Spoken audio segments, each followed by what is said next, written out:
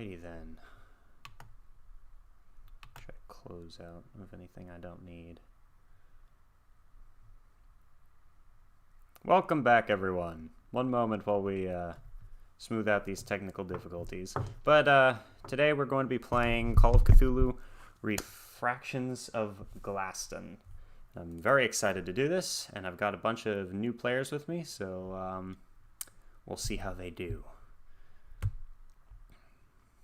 As you can see, just got a Zoom subscription. So, spotlight video, profile picture. How do we get it so that it's showing gallery view, maybe? That might work a little bit better.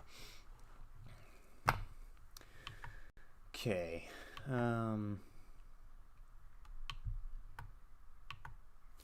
Hello, everybody. See, we've got some people in here. We're still getting everything totally set up, trying to make it so that we can see the chat while we're playing.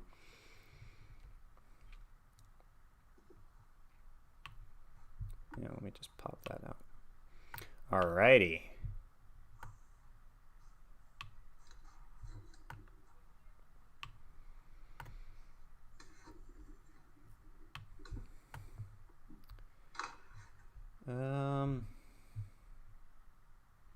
I mean, nearly ready to start, I think. How you guys doing? You ready? Yeah, I'm ready. Awesome. Yep. All right. Cody, are you going to turn on your camera, or are you just going to leave it off? Oh, my bad. Sorry, I didn't see that. Can you see me now?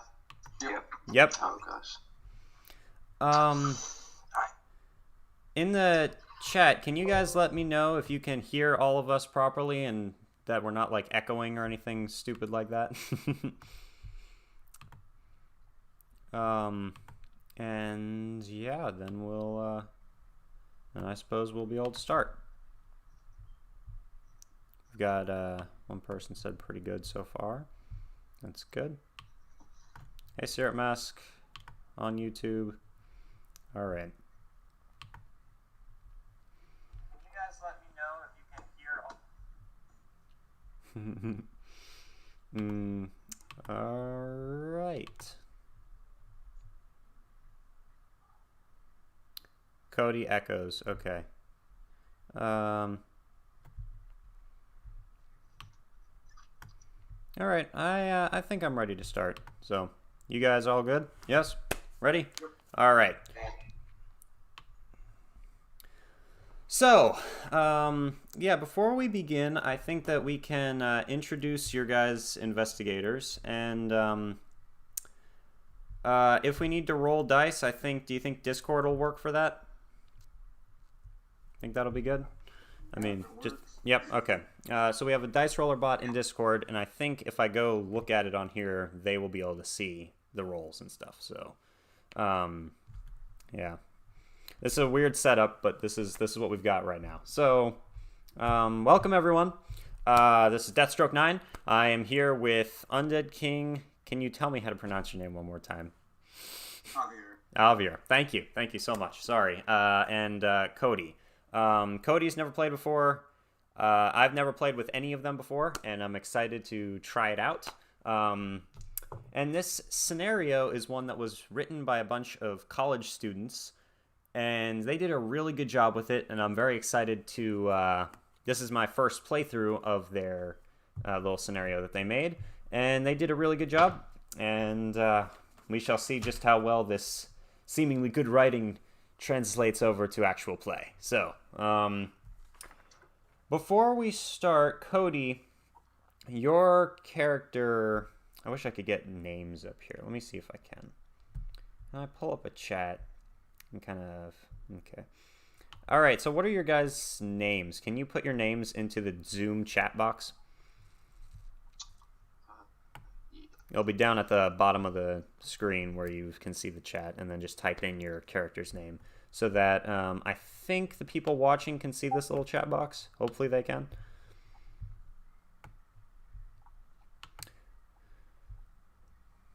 And I hope. Could just get a random number generated from YouTube. We could, but sounds good. Okay, wonderful. Good. Okay, we've got what are our names here? Cody is Thomas. Undead King is Charles. Egon, something like that.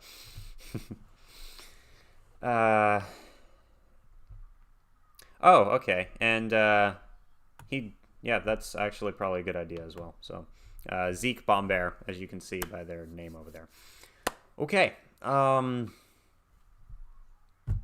I think we're ready to start. So, Cody, you are not here yet, as we've previously discussed. We're going to start with Zeke and Charles. So, Zeke and Charles knew each other a little bit before they were mild acquaintances. So, Charles was a investigator, right? Like an investigative reporter.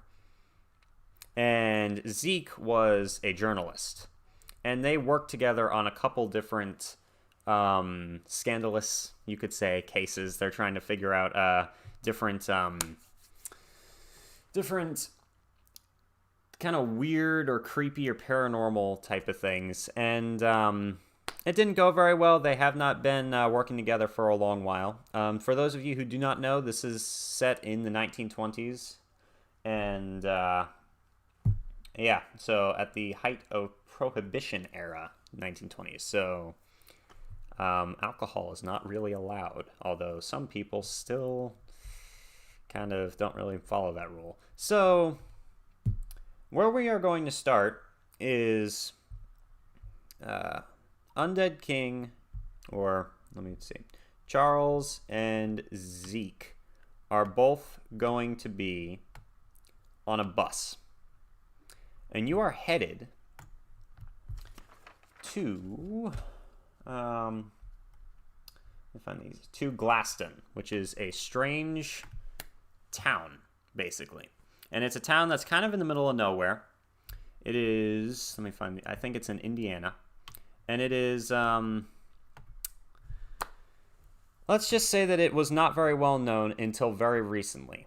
And what it was known for was the glass making industry, like a glass blowing industry, right? And so when you guys, for the longest time, it's been a relatively unknown place. But recently, a new competitor has opened up shop. And this competitor has been putting everybody else out of business. And because of that, they not only have been putting everyone out of business, but they have created a product that is like unbreakable glass, which is revolutionary in this field. And so now they have begun selling it and distributing it, and it's kind of slowly but surely taking the nearby area by storm, and they are getting ready for some bigger shipments, and they're getting bigger and bigger. So, Charles, your sister sent you she knew that you were kind of out of leads. You're not doing very well. You're kind of down on your luck right now because of what has happened recently. And she sent you this, and it's kind of, this is your last chance at a good story, all right? She told you that, this new company came into town. Some slightly odd things have been going on in the town, and, suddenly there's all this business booming in there, and this unbreakable glass, like how she wants to figure out, she wants to know exactly how all that works. And she's hoping that this could be your big break back into the industry, since you have been unceremoniously dumped out of it. So, you immediately called up your friend Zeke as you called in a favor, and you guys are now both on a bus. It took you a while to get your, the dates and times sorted out, but it is, let's think. It is like 1 o'clock in the afternoon.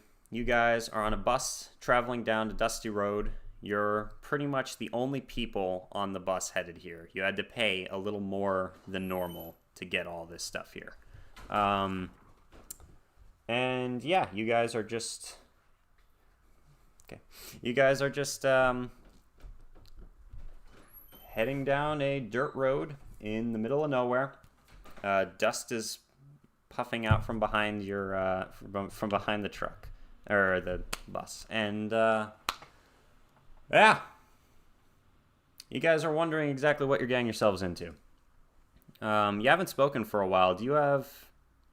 I will be right back in 1 second. You guys should catch up on what you have been doing recently, because you know you have not. You just got reacquainted after a couple years. I'll be back in like 2 minutes.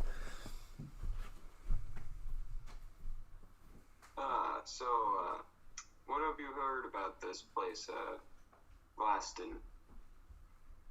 Most I know is as much as you know. Yeah, I've heard about this, unbreakable glass that my sister's been telling me about, and, doesn't seem entirely above board. I don't know what to think about it. I didn't think glass could be unbreakable. Yeah, it seems very strange. See, you're still missing your finger. Yeah. Still don't really like to go near any dogs. But case still haunts my memories. I can only imagine. The bus driver's kind of looking at you a little weird. You guys are the only people in here. Are you near the front or the back of the bus? Are you like near him Maybe enough? Like the middle. Say it one more time. Maybe like the middle. All right. I mean, I guess since there's no one else in there, you're close enough to where he could have kind of heard you. And he kind of turns around and he's like, "What brings you to Glasston?" Looking into the new glass industry that's been booming in town. Huh. Winters brought all that stuff in here. Yeah, what do you know about him? He's a pretty eccentric dude. I mean, he just kind of came in like a whirlwind, and he seemed to be kind of down on his luck for a while, but then suddenly he came up with this revolutionary idea, kind of completely changed the industry, and yeah, I mean, it's been crazy how the town has blown up recently. I mean, when you get there, you'll see it. There's all these smaller, older buildings, and then there's all these bigger, newer buildings being built behind them. It's almost going through a growth spurt. But yeah, it's a work in progress, I guess. What do you think about the glass business? I know nothing about how they make glass. Pretty interesting that they made something that couldn't break, though. Maybe it's just less, like less able to break. I mean, obviously things can still break, right? Yeah, I mean, as long as you put enough pressure on something, it's going to break. Yeah, that's true about most people too. It's weird, but anyway, I mean, we got another hour to go. Do you have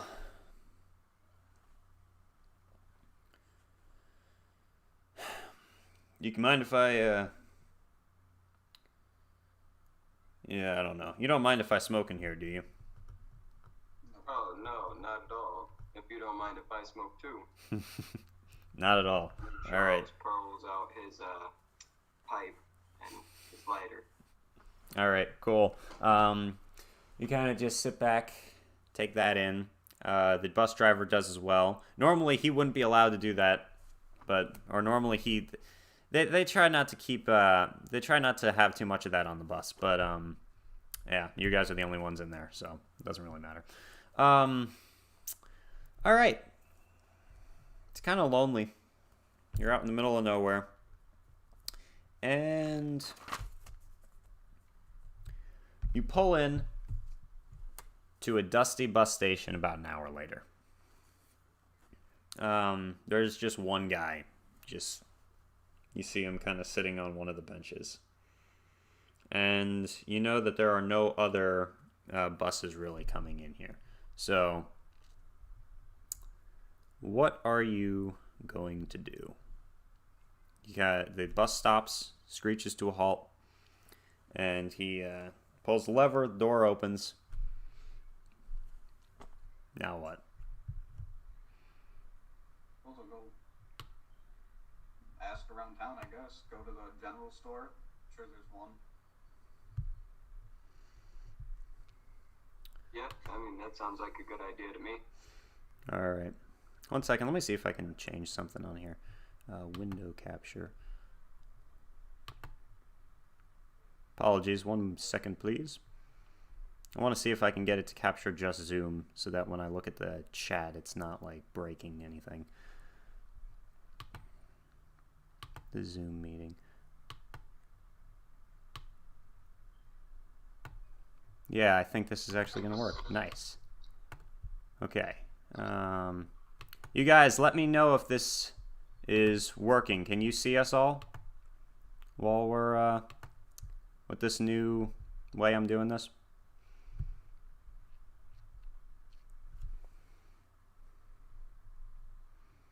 Hello, everybody. Wow, there's a lot of people in the chat. Hi. All right. Let us know if you can see us still, and if you can, we shall continue.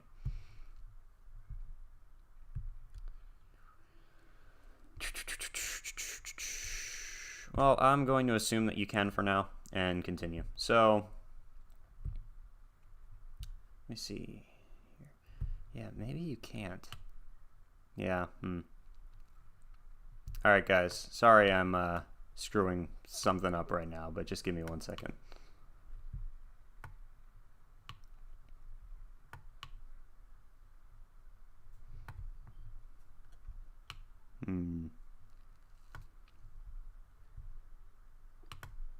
I guess I'll just go back to the display capture then, since that's what apparently is working. Alright, so you guys get off the bus, you head out, and you just see this one guy just sitting on the kind of the bench of the bus station.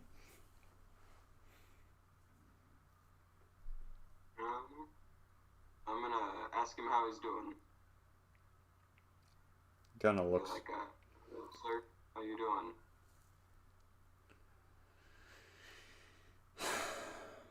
Alright. How are you? I'm doing pretty good. I'm new to town. Could you point me in the direction of the general store? Yeah, the general store is down on Main Street. Thank you, sir. Yeah.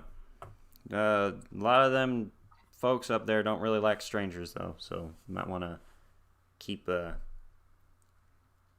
head down, would be my advice. Understandable. Thank you for the advice.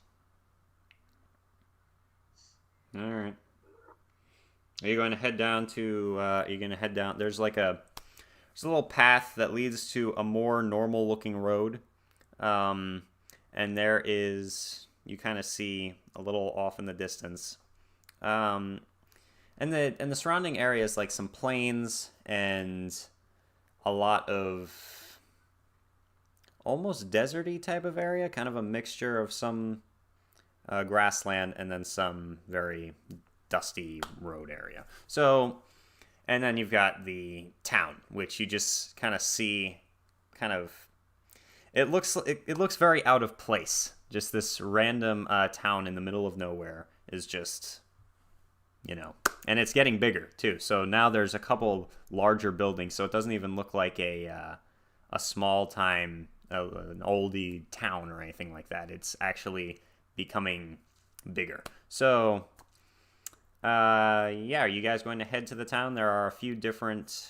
there's a few different branches of it, but you can see most of it from where you are. Yeah, I think I'm gonna head straight into town. All right. Head on down there.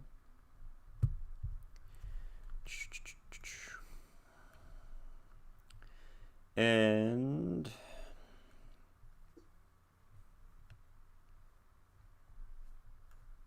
Is there like an inn I can go to drop off my bags, or? yes, there is. There is an inn, which is kind of also a restaurant, and there is the still trying to find the freaking general store. Found it. Okay. So you walk up to the general store, and it's one of the busier locations off of Main Street. It's it says Patty's General Store, big letters, big block letters over this building. It's a brick building.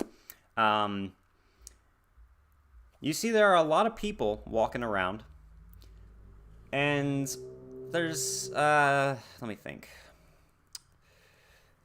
Zeke Bomber, can you roll a spot hidden check for me? Sure. You want me to do that in? Yeah, Discord? please do.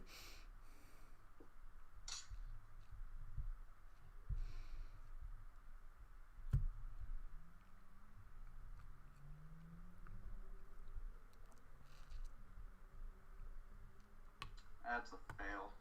Alrighty then. You notice that the people seem to be looking at you a little apprehensively, and then you kind of just shake it off and chalk it up to the fact that you've just heard a guy tell you that the townsfolk don't really like strangers. But I don't know, they just seem to be looking at you a little off. I guess I'll tip my hat to them. One person kind of nods back to you, but in general, they just kind of avert their eyes, keep walking. There's a lot of different people out here. So are you going to go to the inn first? Who wanted to go to the inn? Zeke is gonna go to the inn first and drop off the luggage. Gotcha. And stuff. Okay. Yeah, I could probably use an N2 to drop off my stuff.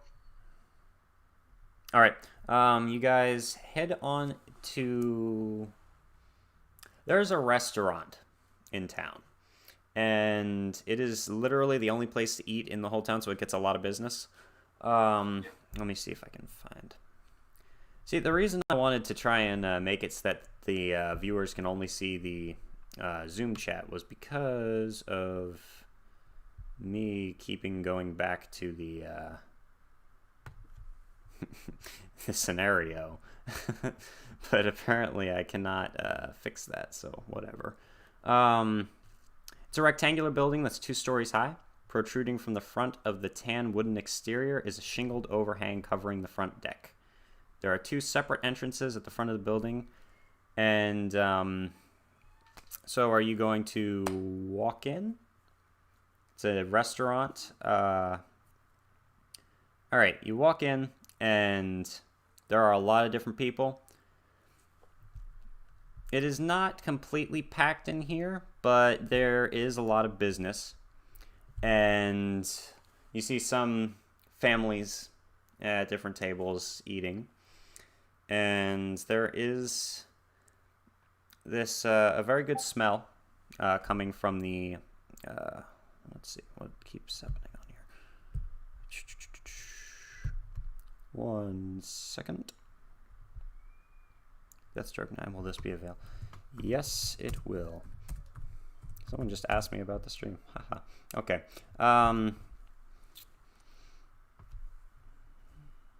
So you want to ask about the inn specifically. Like, you want to get a room here. So it's a 2-story building, so the upper story is where you can find all the rooms and stuff. So there is a front desk, or like a counter. Are you going to go up to it and ask the main guy if... Let's see. All right, so you walk up. There is a man there. He is an older guy. And he's just kind of... He's got a long sleeve shirt on. Which is odd because of the heat, but he's like, can I help you with anything? Yes. Do you have any open rooms available? There is only 2 open rooms. All the rest are taken for the night. I'll take one. All right, cool. I'll take the other. All right, perfect. That is $15 for a night.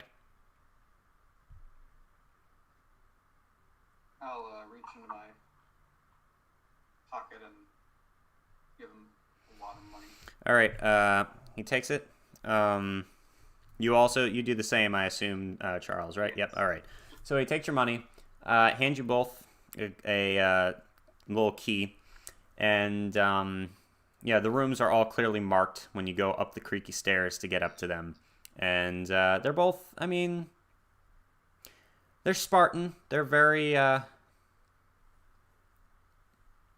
There's a bed and there's a little desk or like a nightstand type thing. But then, other than that, it's pretty. There's not much else there. But it'll serve your purposes, I assume. There are 2 bathrooms, one for boys and one for girls, and those are both downstairs in the restaurant itself. So you drop off your bags in the rooms, and I'm assuming you all head back to the main. Y'all head back to Main Street to go to the general store. Is that right? Okay. And yes, on YouTube, that was a Gollum voice. Totally. That's definitely what that was supposed to be. All right. You guys all head out. And as you're walking to the general store, you see something in the window of a doctor's office. All right, so you see like a medical center. And in an upper story of it, there is a guy he looks like he might be tied up, but he's like knocking at the window. And he's staring at you. His eyes are almost popping out of his head. And you kind of realize that this medical facility might double as something of a sanitarium, because the guy looks like he might be not all there. But yeah. Who knows? Are you going to do anything with that, or are you just going to continue on to the general store? I'm sure I not want to mess with the crazy person in the window. Okay. All right. Try to find. Alrighty then. Let's get off of here. You guys head out to. You mean to tell me the town is called Glasston? I could see you before. Yeah. Yep, I changed it back. Things are what they seem, so that we could see us now. All right. You guys head to the general store, and it is a pretty small building compared to the others. It looks like it's one that has not yet been renovated or changed in any way. As you walk in, you see that business is booming. There are probably like 50 people in here. It's packed. There's a line to get to the counter. You see general goods, just like a lot of stuff that you would find at a typical like gas station. Lots of snacks, lots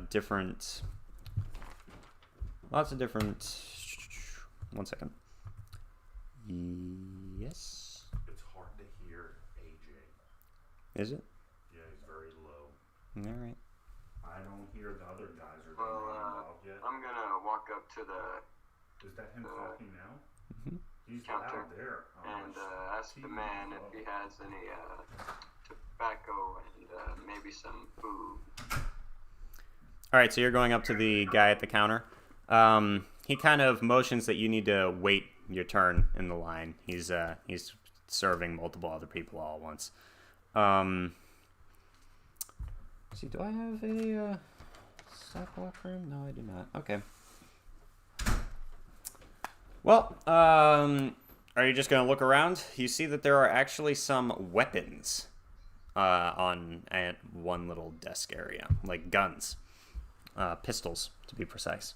Along with ammunition, you see that there are lots of different snack-related things. Then there's some canned goods, and there's some jams and jellies, which are all obviously in this new type of jar or new made glass. Yeah, the whole entire town is thriving off this new industry. While you decide what you're going to do, I need to close the door. 1 second.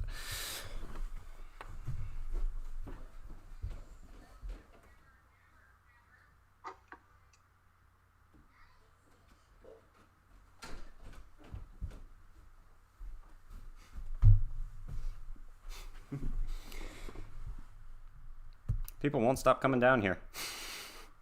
All right. What type of guns? Pistols. Okay. So, what are you guys planning on getting from in here? I'm probably gonna try to get something in that was in that jar, like maybe one of the jellies or something, and like some bread and tobacco. All right. Yes, bread and tobacco. Got it. All right. There's tobacco. There is the bread as well. And you want to get something in one of the jars. What specifically are you getting?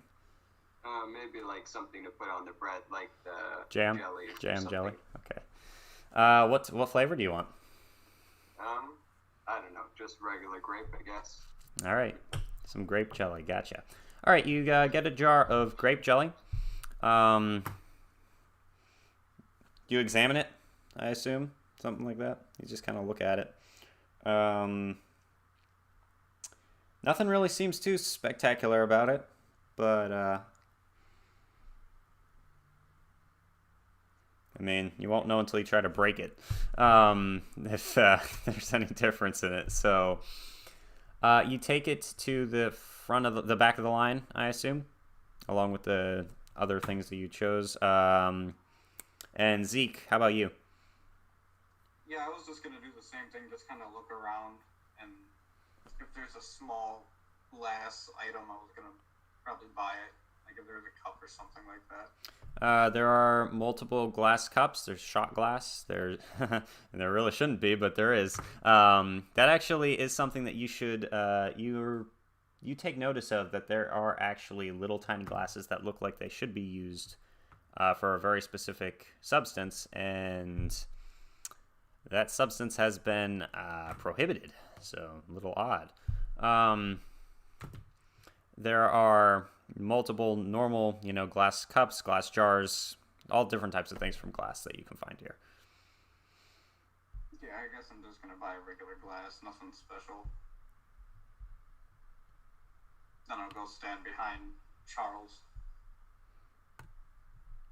All right. You guys are kind of left waiting for a while. It's kind of annoying how long you're left waiting. But finally, you make it to the front of the line. And the man, kind of heavy-set guy, turns towards you. All right, so, yes, thank you guys for waiting. Sorry, very busy in here. You're new here, aren't you? Yeah, we were from out of town. Yep, I figured. Here for the glass, huh? Yeah. Greatest stuff on the planet. What about that? All right, okay, jelly, tobacco, let's see. All right, that'll be a total of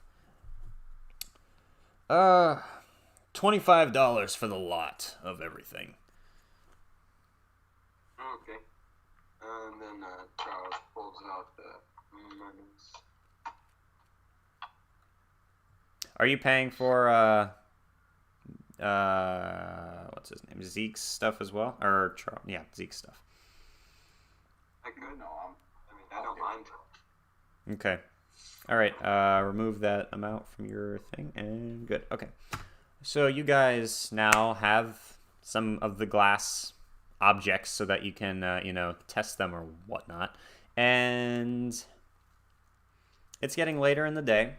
What else were you planning on doing? There are some other places of interest around the town, or the main street, or whatever. There's the doctor's office, obviously.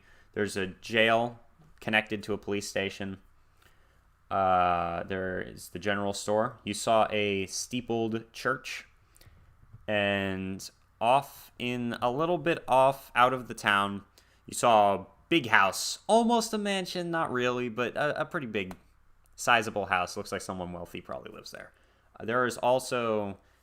near the big house is a very, very large building, which looks like the factory, and it has the logo TWJ company on it.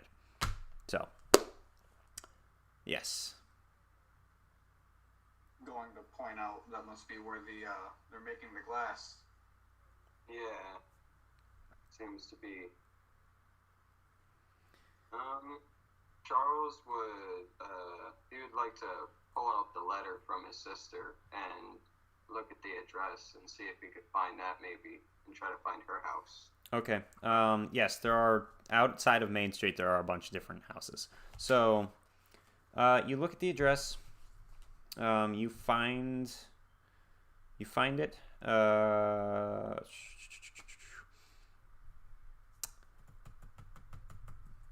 in your backstory, did it say, I don't have it on me right this second, did it say the sister still worked at the company, or did she like stop working? It did not say that she was still working there, no. Okay. I'm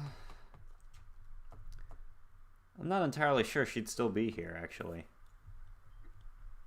Okay.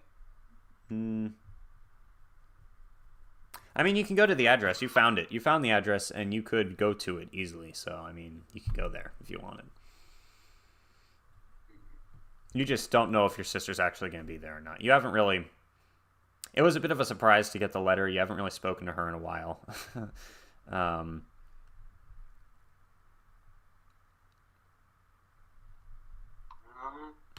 don't know. Or you could just go back to the hotel and wait, I guess. Yeah. That's what Zeke's gonna do. I'm gonna let Charles go do his own thing. All right, because you're the writer, so you don't really need to. He'll just write the story afterward.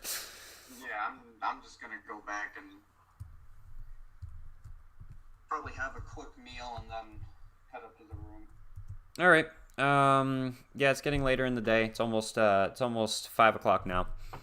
You head back to the main inn area. You go up there, and you're gonna eat now, like at 5. You're gonna eat. I'll just have a quick dinner and then. All right. You're noticing that more and more people are starting to come in.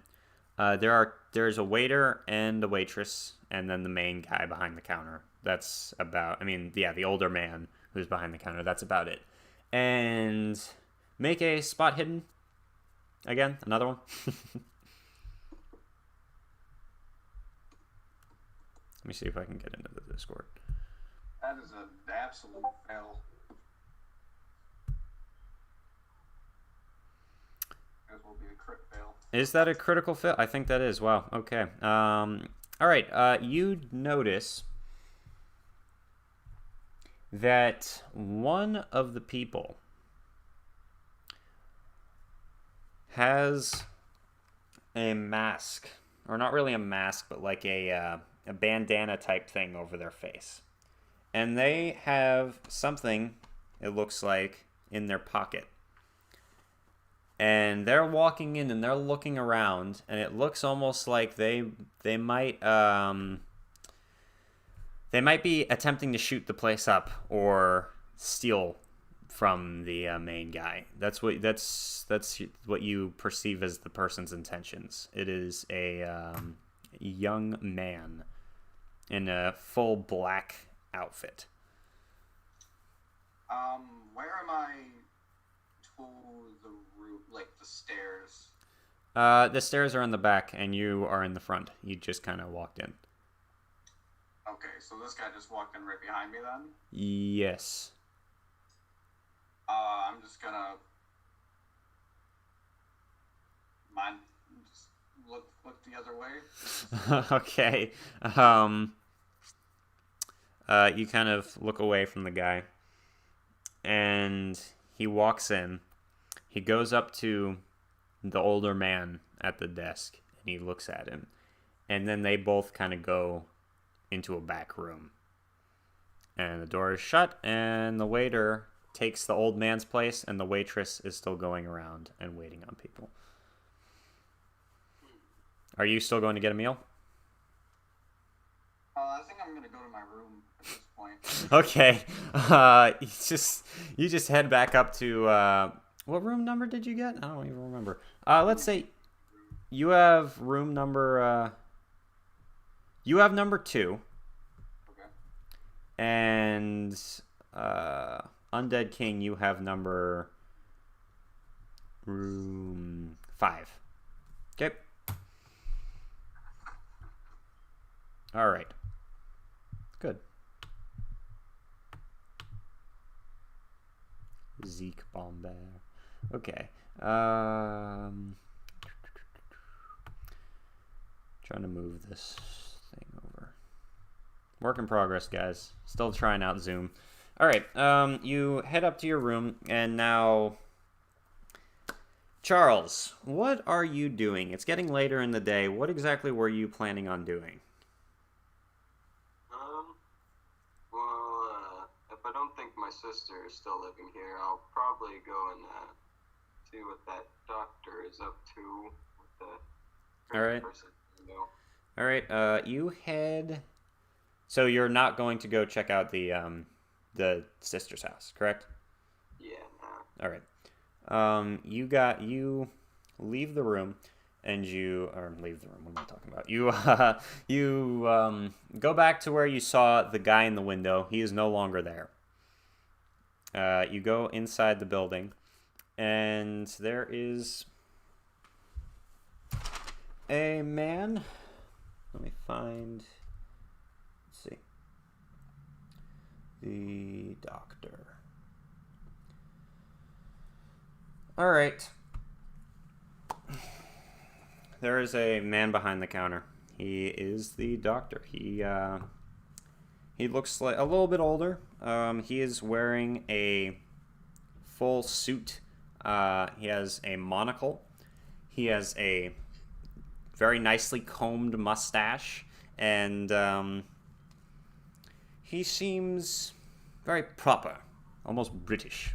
Very, very type of person. So.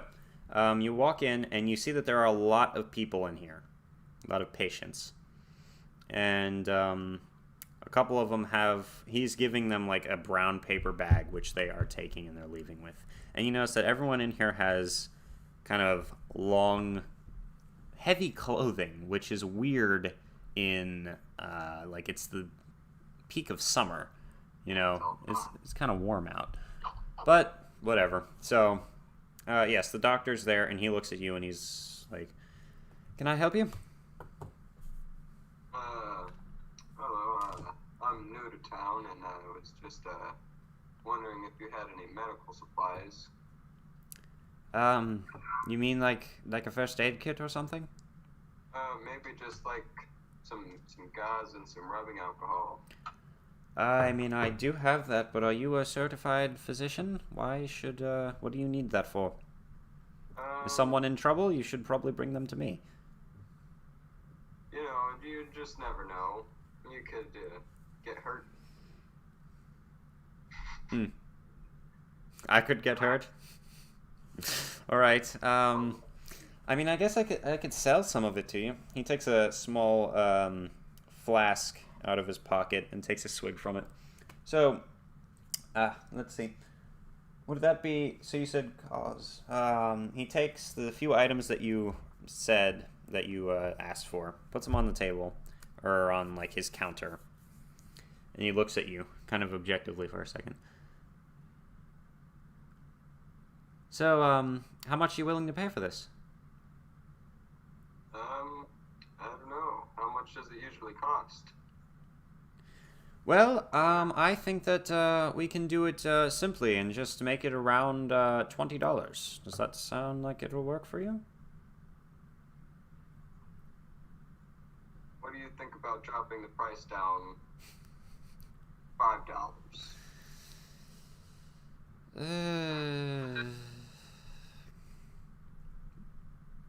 I need my medical equipment, my friend. I need to be able to buy more. I can't just go handing it out to random strangers. I understand. Okay. I guess I'll give you the $20. All right, he takes $20. He hands you the equipment, and he's like, "So, are you experiencing any illnesses yourself right now?" No, not that I can tell. Just from the arthritis, you know. You hear a scream. You hear a scream come from the upstairs building, or like the rooms upstairs. Oh goodness, what's going on back there? We have multiple patients who have different types of needs than the others. Different types of needs. Yes. They are more permanent residents. Do you have a lot of those people around here? No, not really. Currently, there's just one. Okay. He likes to look out the window and like he does weird stuff all the time. It's actually rather a problem.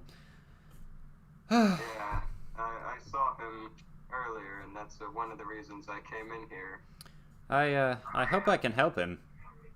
He reminds me a little bit of my son, actually. So, I don't know.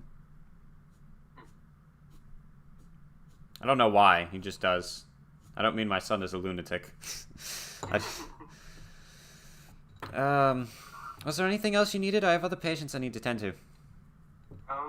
Well, other than could you give me any more details on, like, what his symptoms were, or, like, what drove him to madness?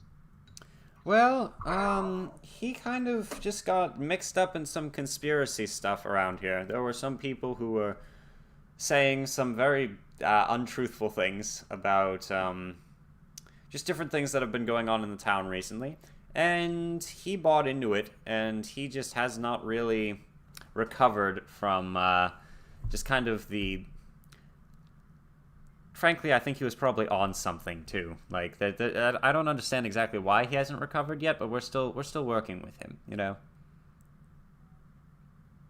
I need to move on to my next patient, sir. Thank you very much for your time. Okay. And you have a good day, sir. yes, you too. He kind of moves on to the next person, and you notice that he was writing down some stuff on a notepad while you were talking to him.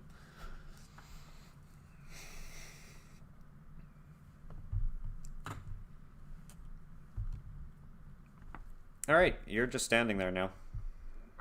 Yeah, I probably want to go back to the inn since it's getting sort of late. All right. You are going to head back to the main inn. Okay. As he's going to be walking by the room, I'm going to come out and kind of whisper him in. All right. As you go back to the inn, you go up the stairs, and you see Zeke kind of motion for you to come in as he hears you walking up. Okay. Ask him what's going on. I'm not accusing anyone, but there might be some illegal activities going on in this establishment. What do you mean? I mean, All I know, the man came in, he was in black, covered face, something in his pocket, went in the back with the manager. I lost my appetite.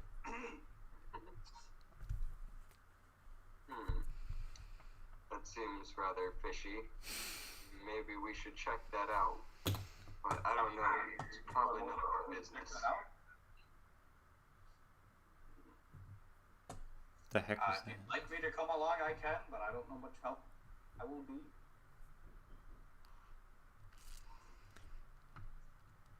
Well, All right, we're going to switch over now.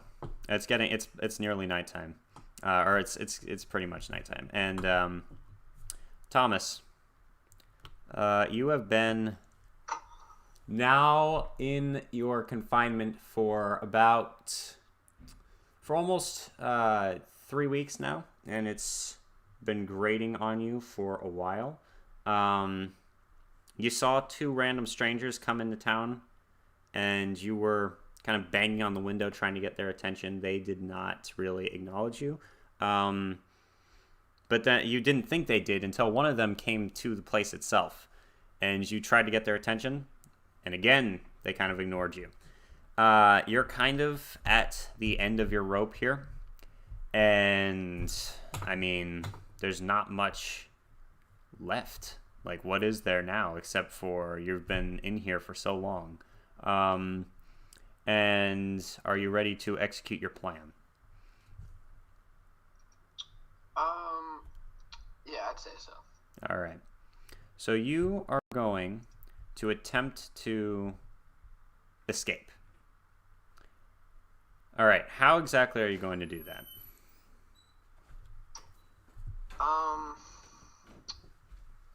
I would say maybe if I cause a distraction, it would get the attention of the doctor, and I could try to run for it. Maybe. If that doesn't work, but yeah, I guess I'm just gonna go with that first plan. All right. All right. So you're going to try to make a distraction of some. All right. How? Maybe start like a riot. Okay. Like, start a big fight. That's the only time. You can see what? I know. That's why I tried to fix it. Okay. All right. So you're going to try to start a riot. You're the only one who's in the mental. You're like, there's only like 3 rooms for insane people, and you're the only one in there. Okay.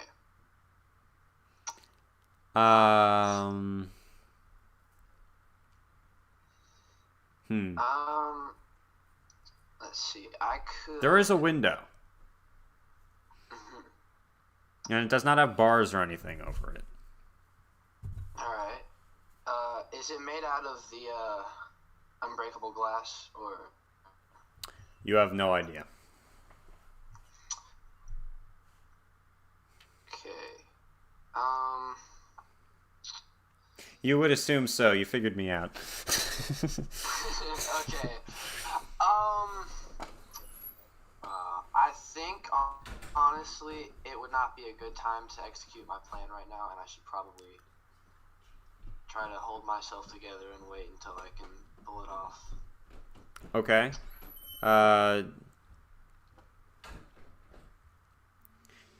Let me think. So you're just gonna wait. Yeah, I think if I try to act more normal, it'll I will gain their trust maybe, and they won't think that I'm as crazy as they first. All right. So tomorrow you're going to try to. So you're gonna. There's a little bell that you can ring if you want to talk to the doctor. If you think you're cured, maybe you could convince him that you are. Okay. So you could try to do that if you wanted to. It's not super late yet. Alright. I think I'll wait until tomorrow to do that. Okay. All right. Well, that's good then.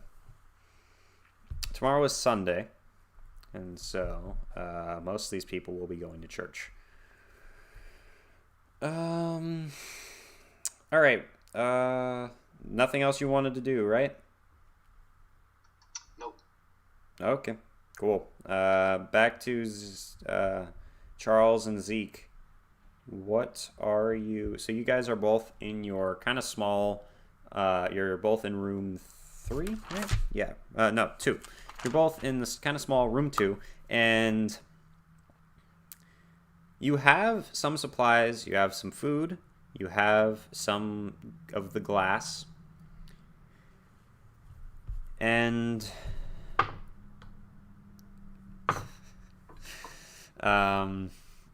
Yeah. So what you gonna do? You're also discussing perhaps investigating the strange man with the mask and stuff, or some other illegal. Cowboy bandit looking guy. Yeah, the bandit looking guy.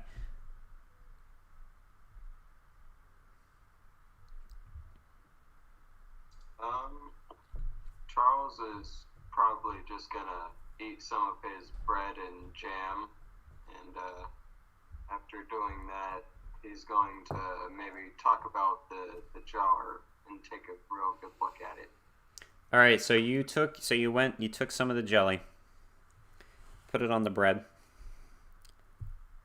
and you ate a sandwich. Good job. Okay. All right. 1 second. Let me see something. Yeah. Okay, cool. So moving on. You what are you doing? So you also have the tobacco. Don't forget you can, do that as well.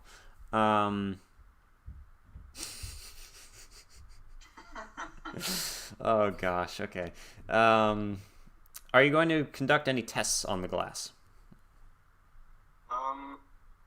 Even though there's still some jelly in there, I've heard it's unbreakable, so I'll just put the lid back on and try to smash it on a table, I guess.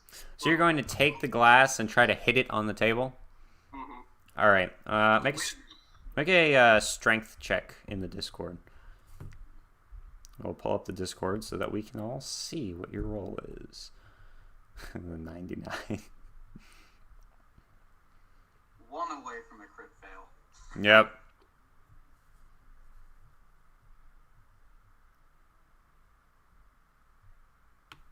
Surprised I even noticed he had anything in his pocket.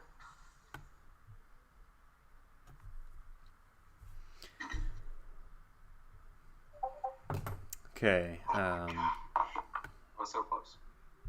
You could roll luck if you wanted to. Oh, yeah. I'll take 5 points off of my luck. All right.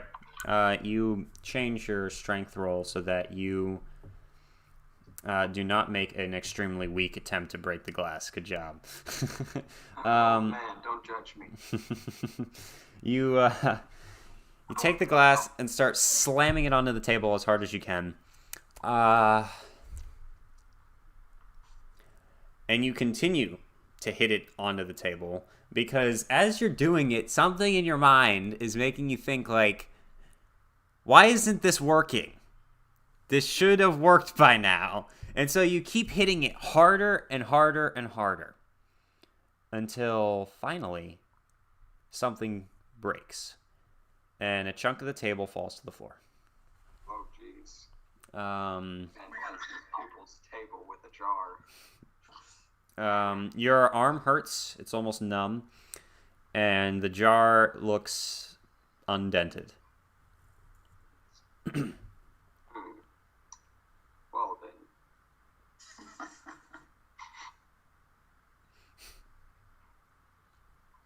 What do you make of that? That's very strange. Oh, boy. I feel like it would have been easier to just drop it. Well, I mean, dropping it doesn't seem as, drastic. Smash it.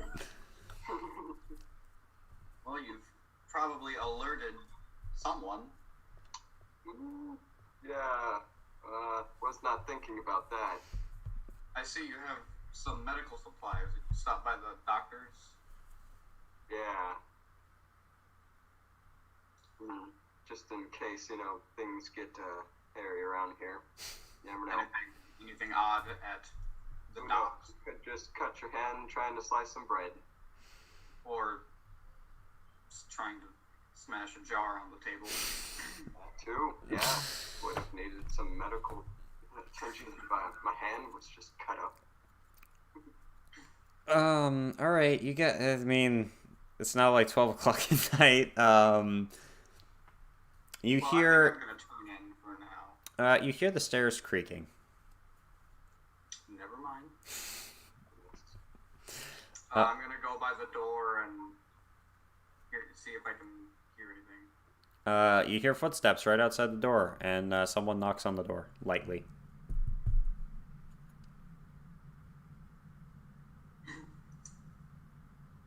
Hello? Are you alright in there?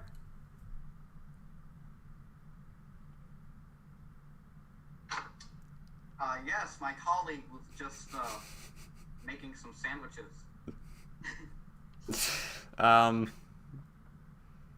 Pretty loud sandwiches.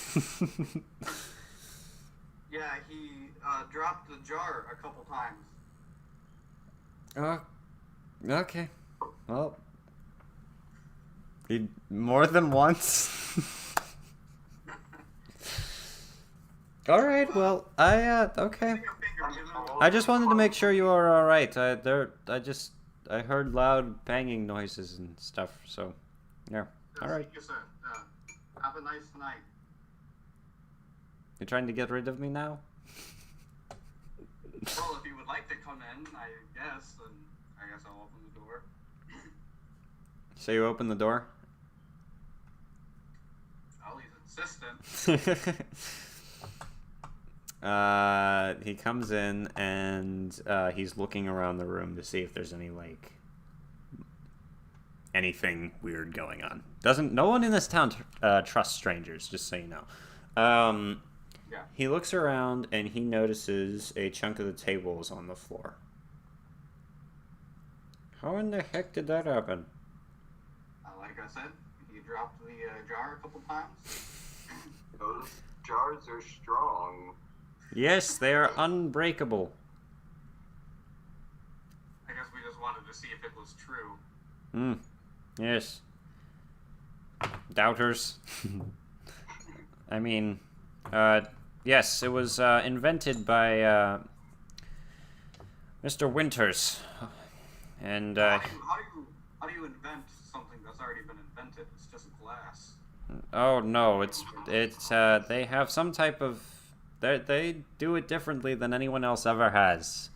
I wouldn't even call it glass, but they do. So I mean, it looks like it, but it does not break. I've never seen anyone break it before. I mean, Oh yeah. The table broke before the glass did.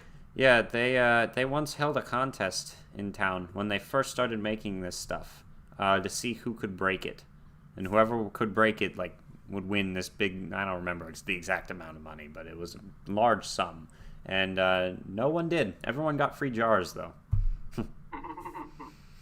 Must be good for canning. Anyway, I suppose yeah, I mean, you did break one of my tables. Oh, I'm sorry about that, sir. I mean, I could pay you if you would like. Yes, that's coming out of your pocket. Yeah, I mean the table was worth $50, so I mean, do you have that?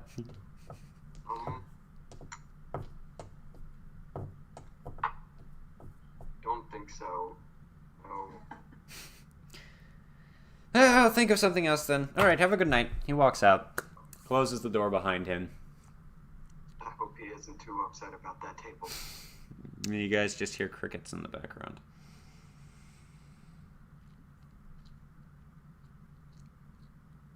So, about the doctors, what happened there? Anything?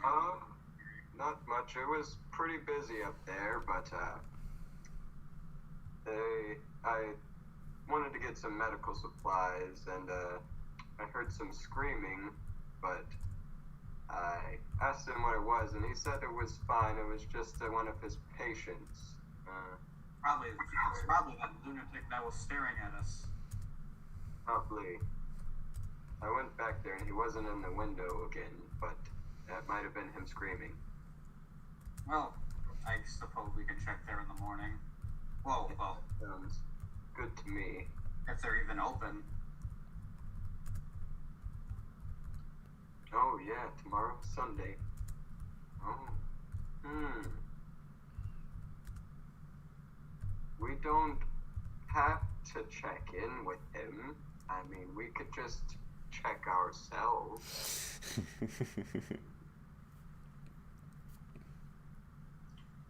Well, he might know something about this lass. I doubt it, though. But you never know. Yeah. So is that what you guys plan on doing tomorrow when everyone's going to church, you know? Is just sneaking into the sanitarium and talking to the guy? Okay. Well, I don't know about sneaking in. If it's open, we're gonna go, but... Okay. Yeah. All right. All right. You are you going to go to bed now? Yeah. All right. The next morning, you can hear the organ in the church playing. It's very loud, and it wakes you up. Actually, everyone else is already in their Sunday best out at church. What are you going to do? You wake up and the place is empty, except for you. Well, I guess I'll Sunday worship service. get up, get dressed, and look out the window if I can see the church from my window. Wrong end of the building. I guess I go out downstairs and wait for Charles. All right. Charles, you guys both, you're going with him, right? Yes. All right, you guys both go out, and Before Charles leaves his room, he's going to take his shotgun out of his suitcase and hide it in his jacket. okay then. Hopefully people don't notice that. All right, so you take the shotgun. That's a. It is a sawn-off, so it's a bit smaller. Okay. All right, right, yeah. All right, you take the shotgun, hide it in your, and you start walking down. Gotcha. Okay, cool. Good thing there's not too many people on the street. Since he's coming down the stairs. Yeah, you do. You immediately. Try to conceal it. I mean, I think that others will just have to see if they use spot hidden to see if they notice it. Gotcha. All right, Zeke, make a spot hidden check. Yeah. Let's see how this goes. I've been very bad at these. That's a 2. Oh, nice. Okay, that's easy. All right. Well, good job. You successfully notice that someone seems to be hiding a shotgun under their in their jacket. What is that? It's just protection. From what? I was planning on possibly sneaking in, and you never know. Are you mad? He could have a dog. Whatever you get yourself into, I don't want anything to do with it. All right. Cody, what's your name? Thomas. All right. You wanted to talk to the doctor before he left, but he was already gone by the time you woke up, and you were you were a little bummed out about that. But yeah, you have been pacing your room all day, pretty much. And suddenly you see the two strangers walking down the street. And strangers, are you going to be going and seeing if the building's open? Mm-hmm. It is not. It is locked. Opens So I go to the back door. Yeah. All right, you guys go to the back. There is a door in the back. You attempt to open it, and it's open. Good job. Okay, so you open the back door, and you go inside. You smell this the scent of kind of all these, like, it smells almost like cleaning supplies back here. But you go to the front area, and you notice that there are multiple barrels in the back that have a pungent aroma coming from them. The barrels? Yes.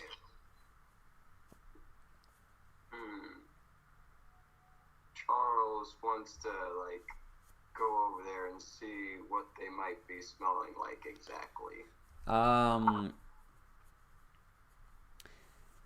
It smells a little bit like something that you have not had in a while due to prohibition. I think we found us some moonshiners. Goodness. Yeah, this doctor isn't fully above board either. Goodness. Everyone in this town has something to hide.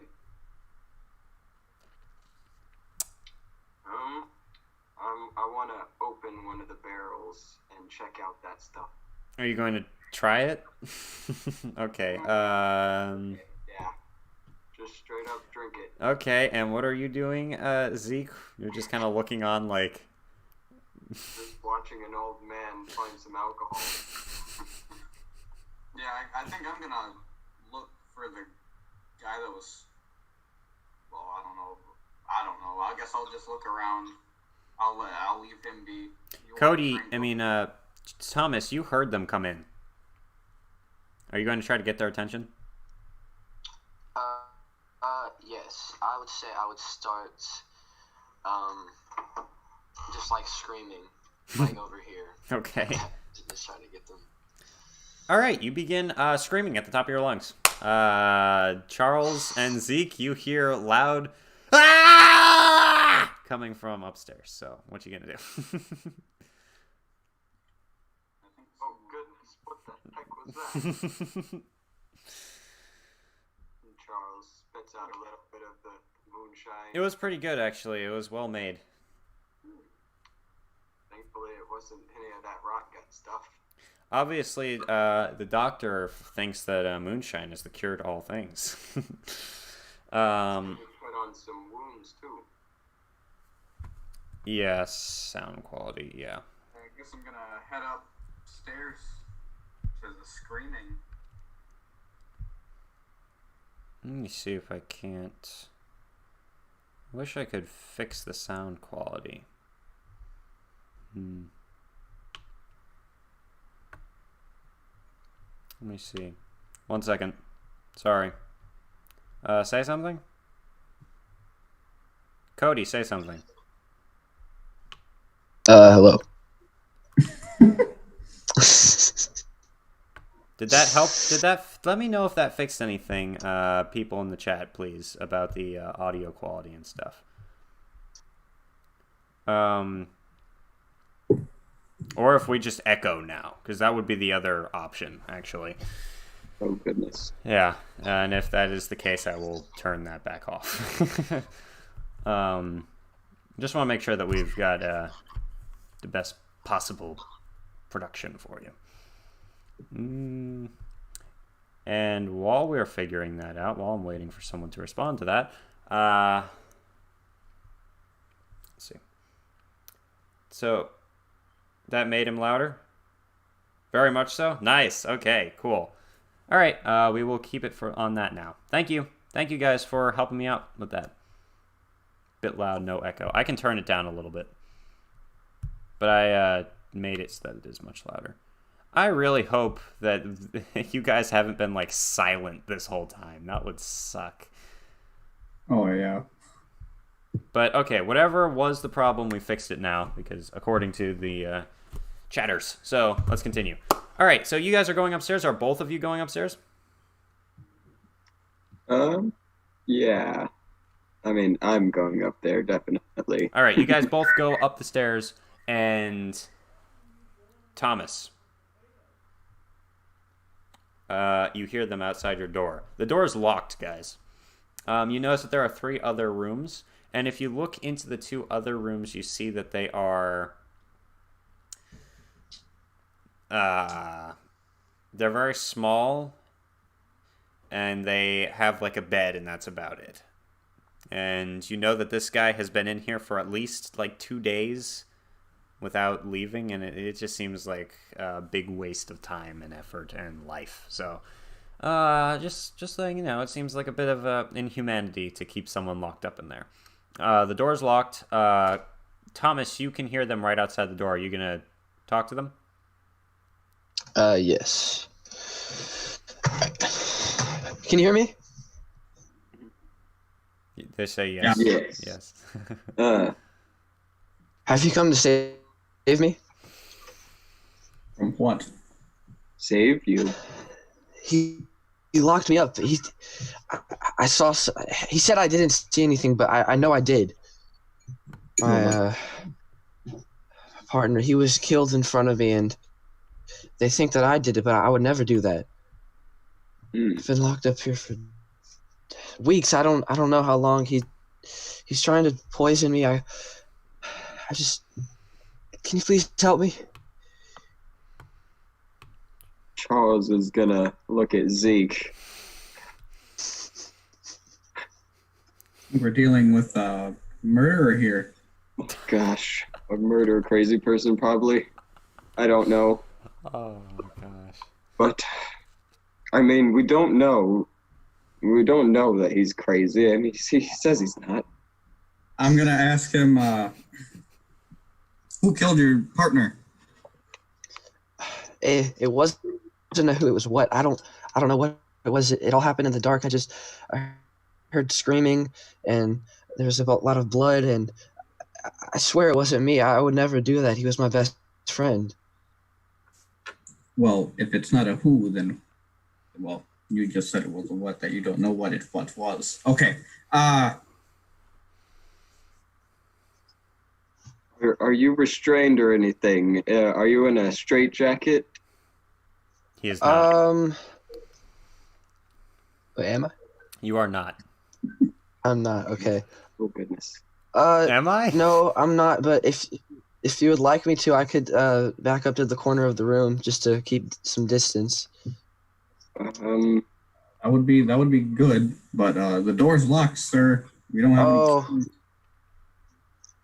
Yeah, you should just back up to the back of the room, and then Charles is going to pull out his little Swiss Army knife and try to jiggy the door open and pick the lock. Okay. I'll go do that now. All right, so you're gonna try to pick the lock. All right. Let me see. Let me find the character sheet in the Call of Cthulhu. There's a sleight of hand. Yeah, I think that's There's, probably what it's gonna be. Locksmith. I have Locksmith. 21 in locksmith. Well, so which is higher, your sleight of hand or your locksmith? And that would be my lock picking skill. All right, use lockpicking, or use locksmith.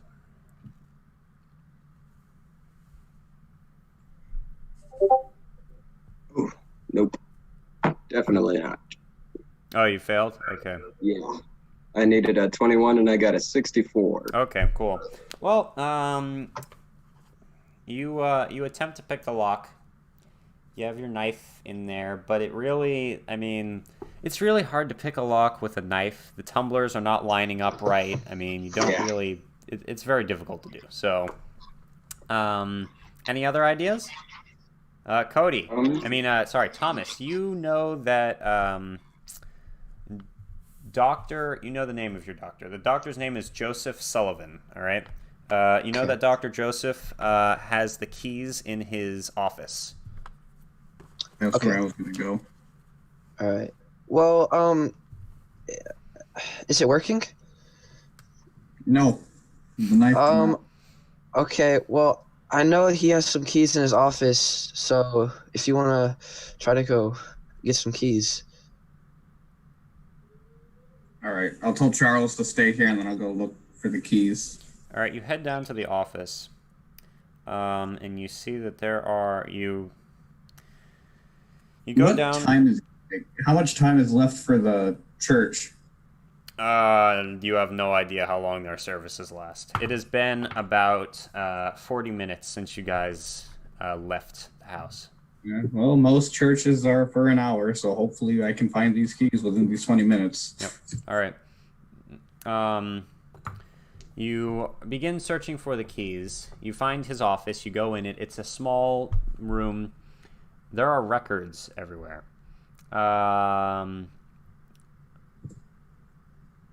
Make a spot hidden. Okay. Man, spot hidden. Jeez. That's a very useful skill.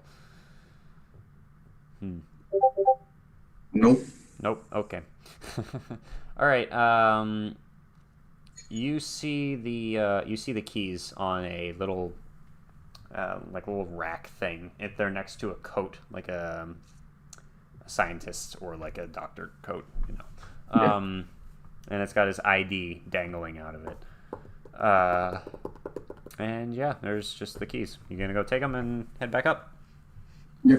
All right. You grab the keys. You see them. Grab them. Run back up the stairs. On the keychain, there are like 6 or 7 different keys.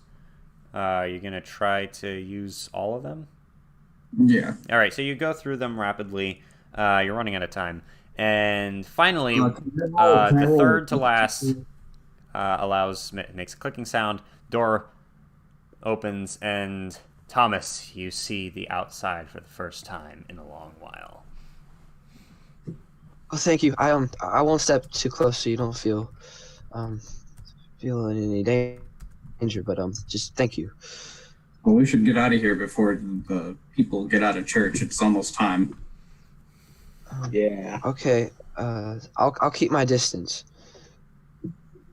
All right, and then I'll basically let's go.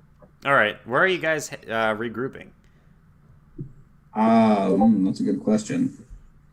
So he's in like sanitarium, like crazy, insane clothes, right?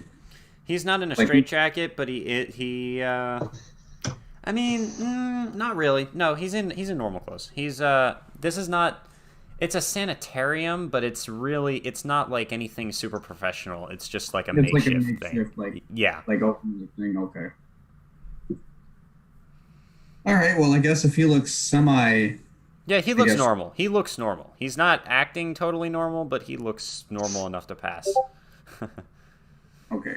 I guess I'll just tell him to like kind of hide his face from everybody, and then try and take him back to my room, or one of our rooms. All right, you're heading back, and you are seeing some people are leaving the church building. And once again,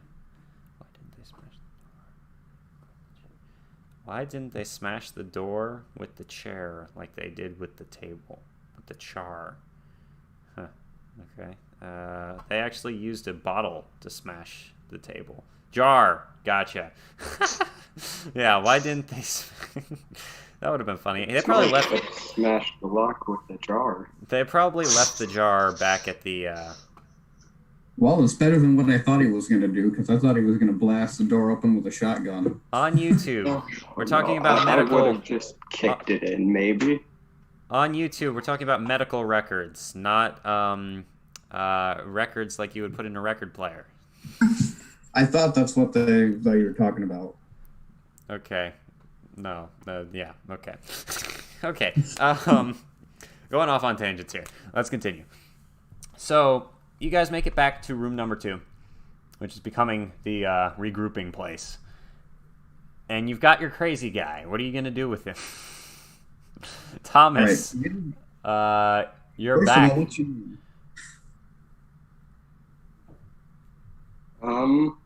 I don't know. I'm probably just gonna, stay on my toes just in case, because Charles is a bit of a paranoid person. Charles, I forgot to mention this, but you are you're starting to feel a little bit under the weather, just so you know. Oh goodness. What is going on? I just feel sick to my stomach. No, it's more of you have a slight headache. And you're just not feeling too good. Like, it's just like, you don't have as much energy as you normally would. Gotcha. Like the beginning of a cold or something like that. Gotcha.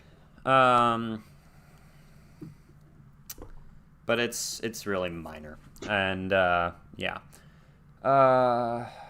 Okay, so you've got the crazy guy with you. Did I interrupt you asking him something? I don't remember. Sorry. Just what his name was. What? Okay. What's your name, Thomas? My name's Thomas. Oh, okay. Cool. Yeah. How long have you been in town? Are you from around here? Yeah, I am. I was just ever since it happened, I've just been locked up. I don't know how long I've been locked up. Probably weeks. What do you mean? What happened? You said something about your partner being murdered. Well, I was a private investigator for the. I was a private investigator, and me and my partner were investigating a case, and we were in a very dark room. It all happened so fast. I heard him scream. He got dragged into the darkness. I saw a bunch of blood, and then whenever everyone else arrived, they assumed that I did it, and so I got locked up. Where? That seems like a very strange event. You suddenly hear a loud rapping noise at the door, and you hear a woman's voice shout at you. Hey, can you open the door? You should hide under the bed. I can't do or a woman's something. voice at all. I'm sorry. Thomas, you should hide under the bed or something. Is there a way for them to hide in there? You've got the inconceivable. Thank you for writing that. Okay. Okay, so there is a. You've got the nightstand. You've got the bed. He could go under the bed. Yes, technically, he could go under the bed. All right, I think I'm gonna do that. Sure, bed, and then I'm gonna. You still the bed is kind of high up, so it's not like it's not like it's completely going to be the greatest hiding place ever, but there's really nothing else in the room. All right, I'm just gonna go with under the bed. All right. You lay down, roll under the bed. And you see a roach kind of skittle away right next to your face.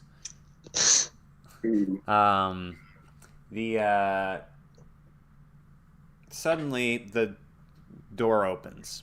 You guys didn't open the door, right? I was just about to. Did you lock the door? I did not. Well, it probably would have been smart to. I was going to, but I didn't. All right, you forgot to in the excitement of the moment. Yep. But I was about to open the door anyway, so I guess she almost hits me with the door. Yeah, pretty much. All right, a eye patch toting, cigar smoking, police officer woman is standing before you. And she does not look super happy that you are here. She's got her arms crossed. She's just kind of looking at you like this troublemaker. How do you do? I really wish I could do a girl's voice. Jeez. Okay. Here we go. Let's just. Okay. She holds her hand out. Hello, I'm Gloria. Nice to meet you. I am Zeke, and this is my partner, Charles. He waves his hand and says hello. Have you two been causing trouble? No. Well, other than Charles accidentally breaking the table with the jar, I wouldn't say so.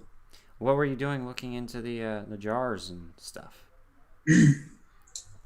Well, we're from a newspaper out of town, and we heard about this great unbreakable jar, and we wanted to see it for ourselves.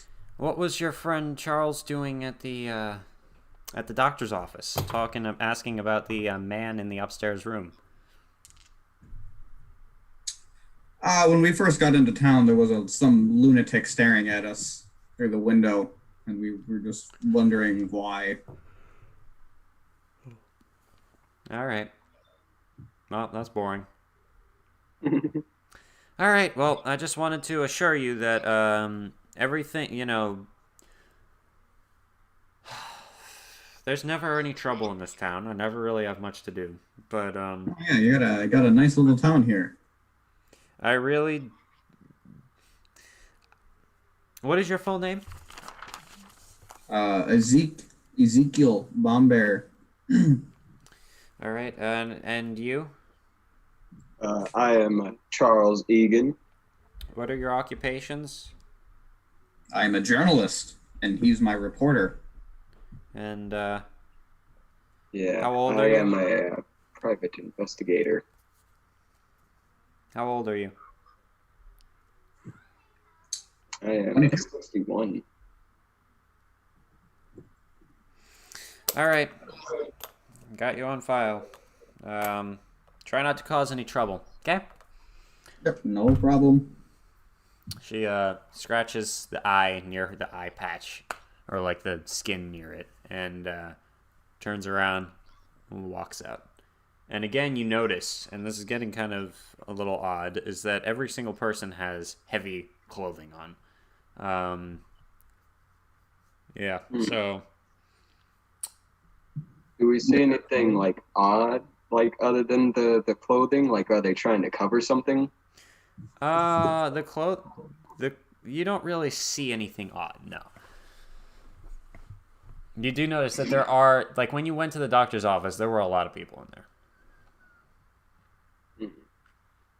I probably picked up this little bit of sickness that I'm feeling from the doctor's office with all those sick people in there.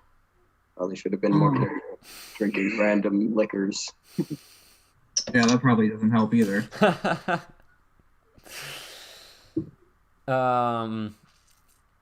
Yeah. Okay, so the lady walks out, and Thomas rolls out from underneath there. And As he does that, I'm gonna lock the door and close it. All right, you close. First, you're gonna lock it, then you're gonna close it. Gotcha, in that order. Okay. Yeah, you guys handled that well. She's not the nicest person on the planet, so good job. What are you planning on doing? She is she's gone, and you were asking Thomas about his previous encounters. Yeah, basically where, when, and how. Yes, the age-old question. Well, I would say it was about maybe a month ago it happened. We were investigating some old guy that lived in a cabin. We thought maybe he had some, alcohol. So we were just investigating that, but then just out of nowhere, something dragged my partner into the darkness and ended his life. And, everyone assumed it was me since I was the only person there with him. I know I probably sound like a complete lunatic, but I'm being honest. I'm being serious. Do you believe? And where is this cabin? Oh, I really don't remember. I think it was somewhere near that factory that they used to make all the glass. Do you think this has anything to do with the glass? I don't think so. I mean, you never know with this town. Well, Charles, I think we should probably head out to that shack and see what's going on around there. That was a crime that happened a while ago. It was one of the biggest things that had gone on in the town for a long while. as you can expect, the sheriff or police lady was extremely. It's already turned down. Say it again. Oh, sorry that I had myself muted. Okay. And yeah, are you planning on going with them, Thomas? Yeah, I say so. Yeah. All right. So you guys are going to go investigate what happened exactly with your partner's death. Thomas, what's your partner's name again? Let me write it down. Rick. Rick, thank you. Yeah, I'm not going into Discord now because of the way this is set up, so I'm just gonna write the stuff down. Rick. All right. Okay, so. Like, as we're walking over there, I want to ask him if he, like, heard any strange noises in the darkness.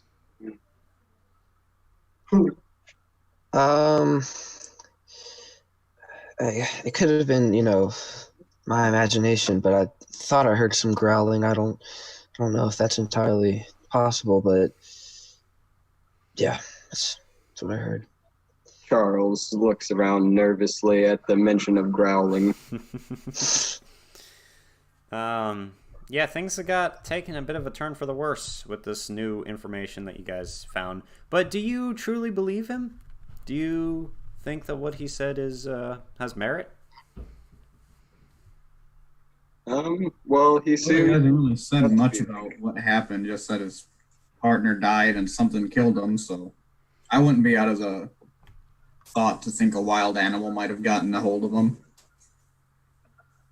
Boy, there's a good question. What happened to the body?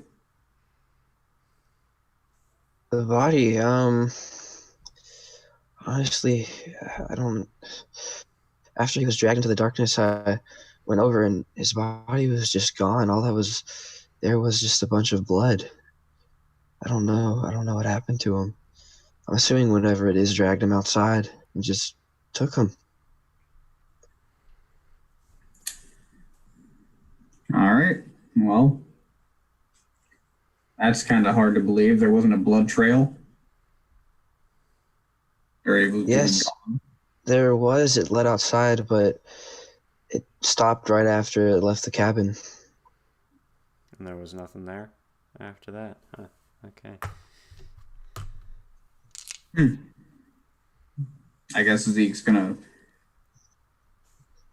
shiver at that because I don't know. He's superstitious.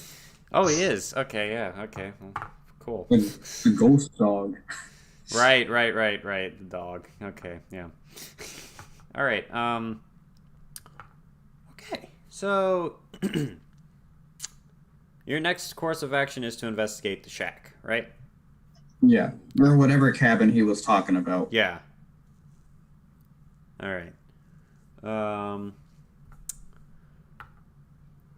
Oh, okay. So you're gonna do that right now? Is that Yeah. All right. You need to figure out how to. So Thomas is a known psychopath, or maybe not Right. known for like doing anything, but it was a big deal when he was arrested, and then all these different things are being done with him. He claimed that something else killed his partner when everyone thought that he did it.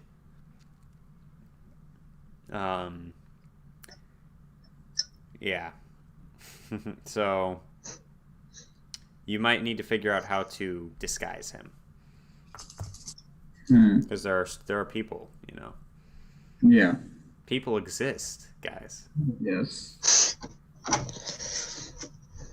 Well, let's go with the stereotype. Do you have any trench coats?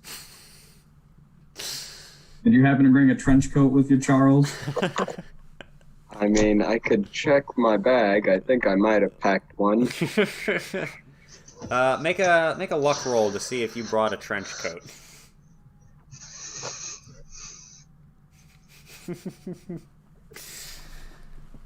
You used 5 points of luck, right? Yeah, so that would be lower than normal. Huh, okay, yep.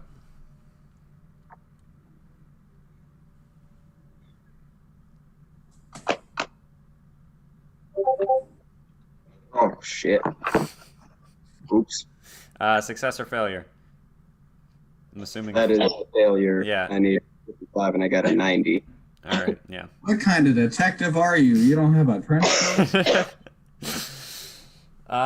Yeah, so you did not bring a trench coat with you. You actually did not bring much with you at all. You know, you brought a couple change of clothes. You might be able to use that, but he needs something that'll make his, what are some recognizable features of your character, Thomas? Or Cody? I mean, he has, I would say he's probably got like a signature, like, scar somewhere on his face. Like, not like a big one, but... You need to figure out how to cover noticeable. that up. You need to make it so that he's less recognizable. So maybe a hat or something. I should stop giving you ideas. Whatever. You figure it out. Yeah, that was my idea already. Give him a trench Yeah, coat it could and be a a hat. hat. Yeah, I mean, me and Zeke are both wearing hats. I mean, if he doesn't mind wearing one of our hats. Well, I'm wearing a flat cap. I don't think mine's gonna hide his face at all. Yeah, I'm wearing a bowler hat, so that would hide his face a little bit under the brim.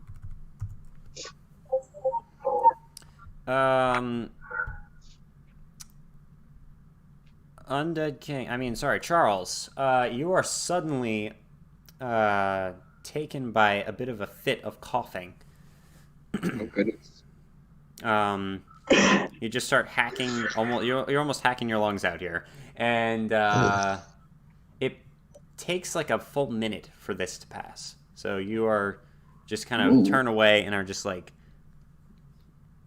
Suddenly, it kind of hits you a little bit just how sick you actually are.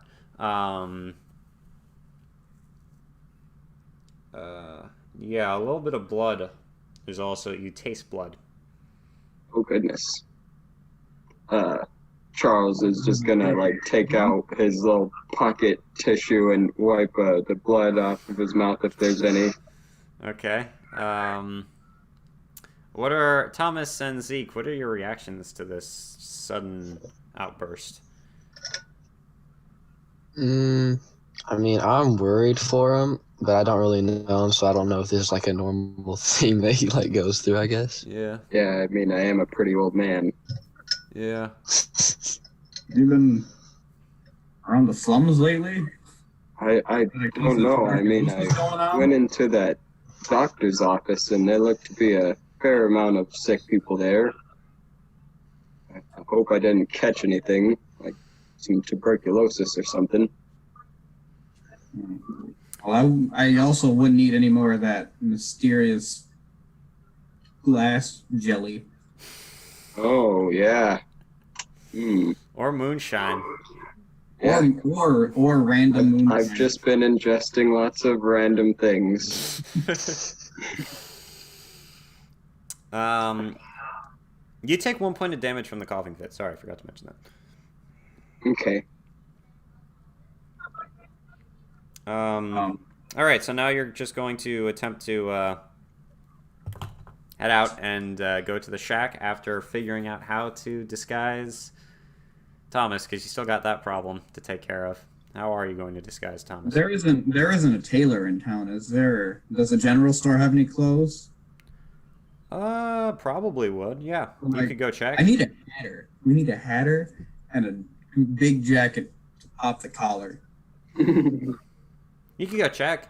I mean, you could leave him behind. Okay, yeah, I'm gonna go to the general store or whatever and tell Charles to wait here with him. Make sure he doesn't run off. Thomas, how much sanity do you have? Like, do you have a you have an amount, right? I didn't tell you you're like have no sanity.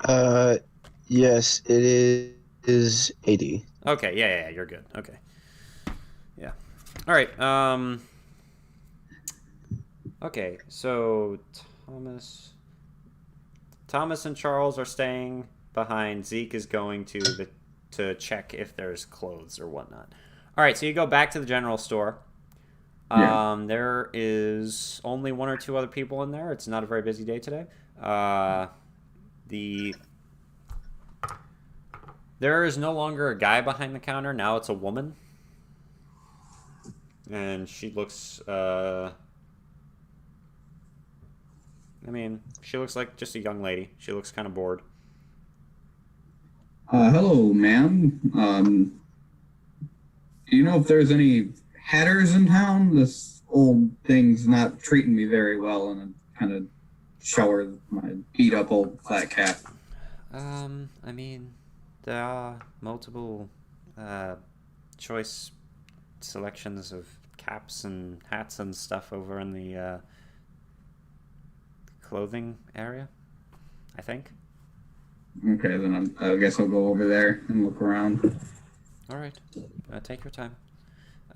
You head over to kind of an out-of-the-way section of the general store, but it's not like there's, I know Walmart isn't made yet, but it's not like there's a Walmart in this place, so there's no... Yeah.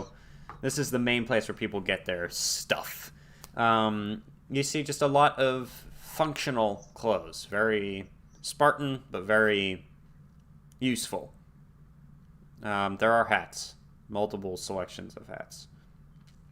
Nice. I guess I'm just gonna grab the first one I see. Okay. Probably. There's a bowler hat, fedora,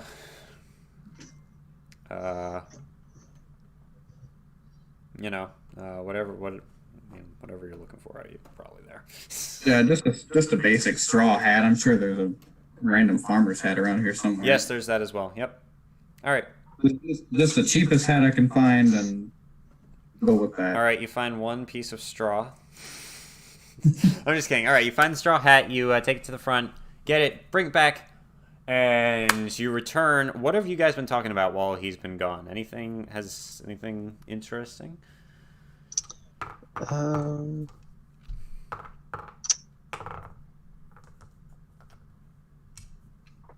don't think there's really been anything interesting that's happened. So you've just been sitting there in awkward silence for the past 30 minutes that Zeke has been gone? Okay, cool. Yeah. Charles, twice during that period you have had to cough. Never as long or as hard as the first time, but it's still not great. Okay. Zeke, you return, and they're just kind of sitting there staring at each other. What are you two up to? Literally nothing. Yeah, I've just been, waiting for you to get back with the disguise. All right, you've got the disguise. I guess we can just fast forward to when you guys make it to the building if you want. That's fine. Cool. Yeah, I'm gonna give him the hat and a jacket and just kind of tell him to keep your head down, make sure the collar's up, and kind of hide your face, and we'll go from there. All right, Cody. I'm going to need you to make a check, and you know how to roll dice in the Discord, right? Yes. All right. Let me find an appropriate check. There's a disguise. Yeah, it's going to be something like that, and he's going to have advantage on it.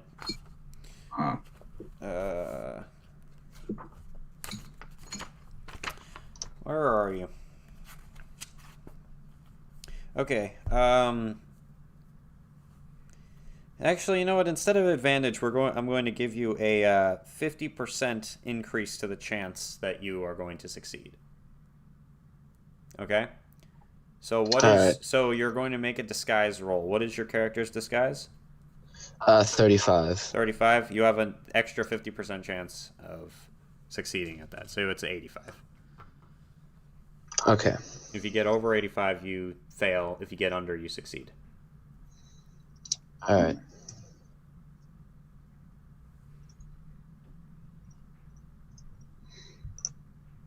This is your first roll of the game, isn't it?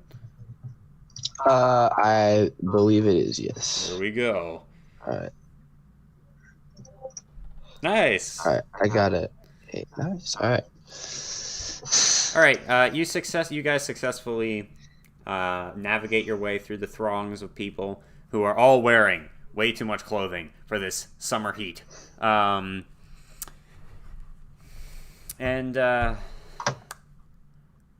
me see if I can do something. Can I?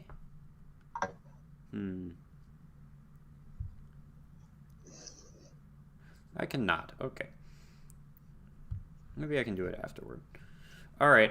So you are going to... You make it to the shack, which is out near... Like, there are some houses, some buildings near the mansion and the factory. And it is pretty much the one that's the farthest out of the way. It is getting to be around 5 o'clock. Getting into the evening time. People are going to be heading over to the the restaurant, or the inn/inn. You are all at the cabin where, what's his name? Rick. Where Rick died. Is there anything... I guess we'll do a spot hidden roll. Is there anything that's out of the ordinary, I guess? Or is there still blood? All right, so the first thing you notice is that there is a lake nearby. And kind of almost what could be considered a beach type area on the lake. So there's some sand, and it's looks like a quiet, peaceful spot. And the cabin is right near the lake. Now, the cabin itself, you have walked through. Thank you for letting us know that on YouTube. I've walked 3 miles in a leather jacket with a 15-pound bag in my bag, with it being like 90 degrees out. It's not that bad. Okay. Okay. I guess you can make a spot hidden. Yeah. Okay. See if you notice anything about the exterior of the cabin itself.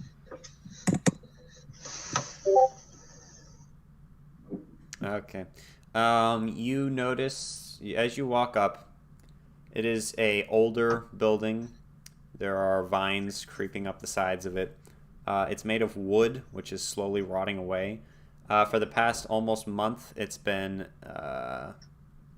incomplete.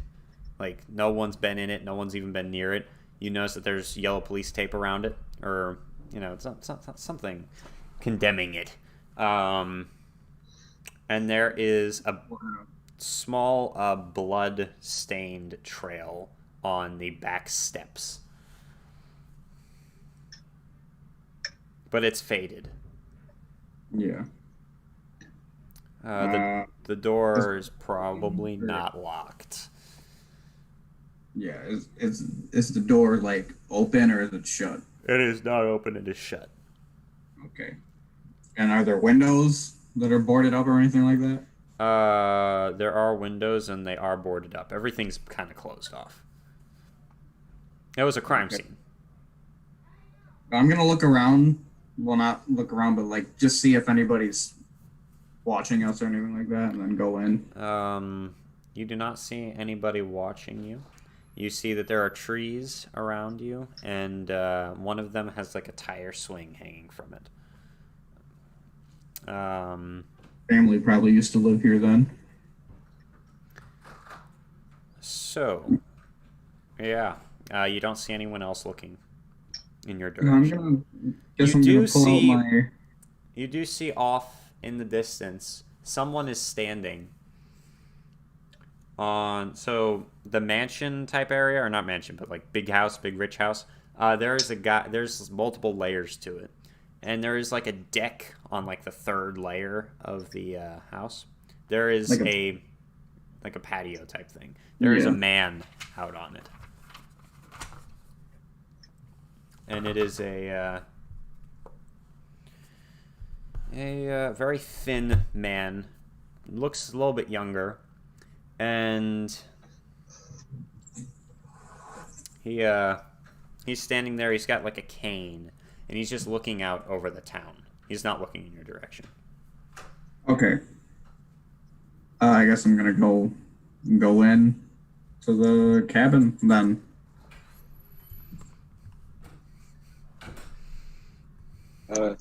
Do you think we should all go in there? I don't want to die.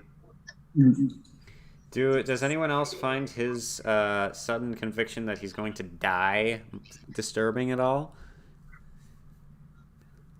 Well, considering that someone supposedly already died here, I guess it's...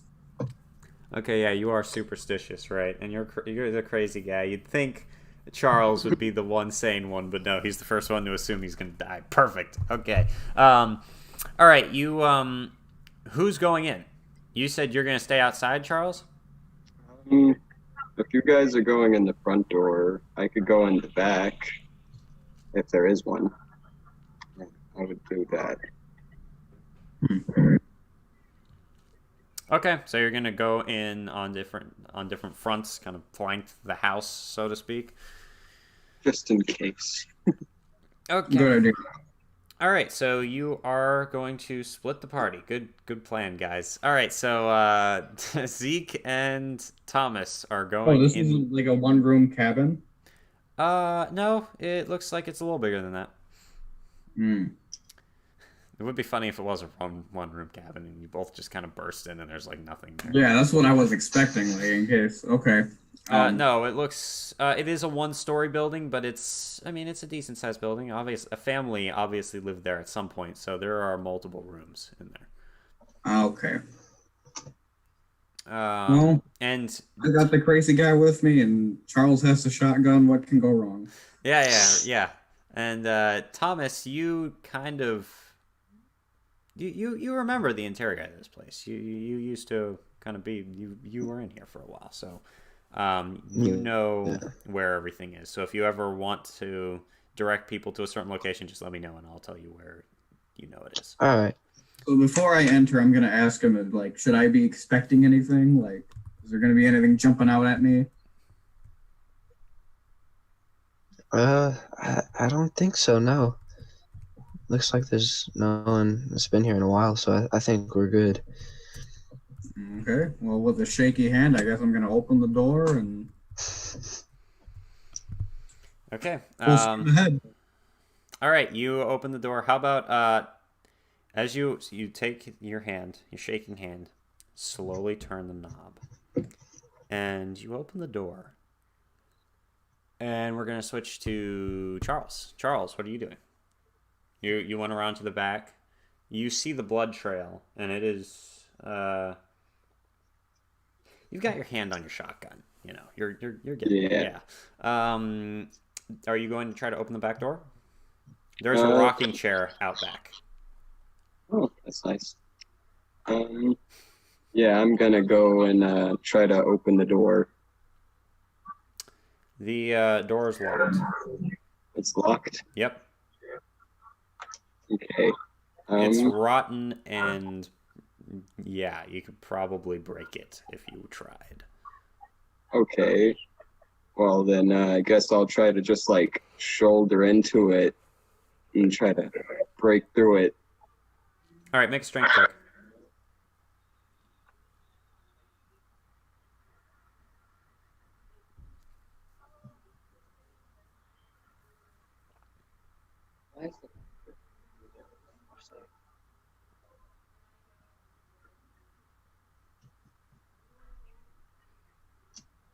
Tension builds. Dun dun dun dun. Okay, what do we got? Oh. Okay. You run into the you charge the door and you kind of just hit into the door and are just like, oh God, why did I do that? You obviously, because you're kind of feeling under the weather, probably why you're a little weaker than you normally would be. You tried rushing out the door and you completely failed to break it down. You could try picking the lock now if you wanted. I don't know. I mean, could I try to push the roll and roll again? You could, yes. How are you justifying it? I don't know, maybe Charles gets upset at him not being able to open the door and just kicks the crap out of it. All right, yep, that works. Yep.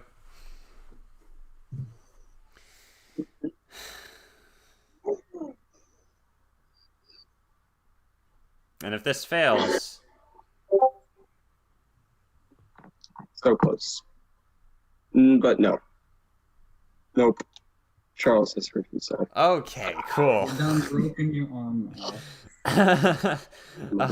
All right, you charge the door. You kind of step a few steps back, run up the stairs that have been stained with blood, slam into the door, and knock yourself out and fall to the floor. You take 1 point of damage, and you are out for right now. Do I hear this? Not yet, you don't. We're going to switch back over to you guys. So, Zeke and Thomas, you guys entered the building. There are cobwebs in the front. It is a spacious living room type area. And you see that there is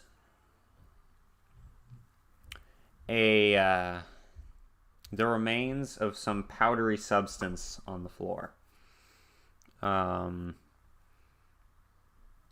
You also see different types of furniture around, like some chairs, nightstands, a lamp thing, and you see some other doors leading to other areas of the house. You also suddenly hear a loud banging noise. And then a thump. I'm gonna jump and I'm gonna look around first, and then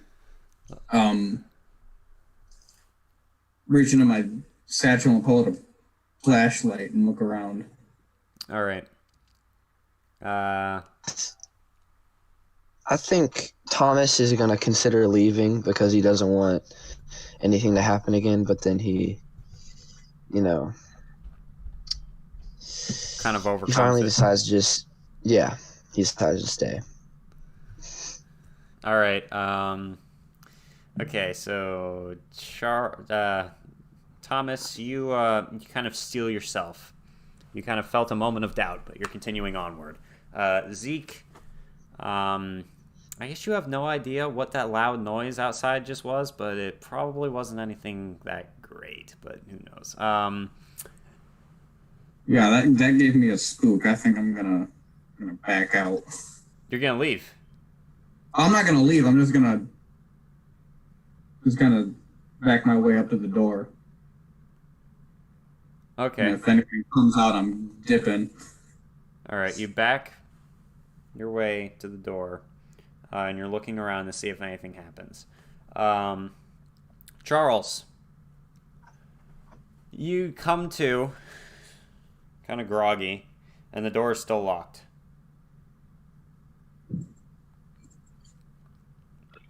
Goodness. You could. Well, yeah. pretty frustrated and probably feeling worse than he did. He's just gonna walk up to the front door, I guess, since that door is really stuck. All right. Okay.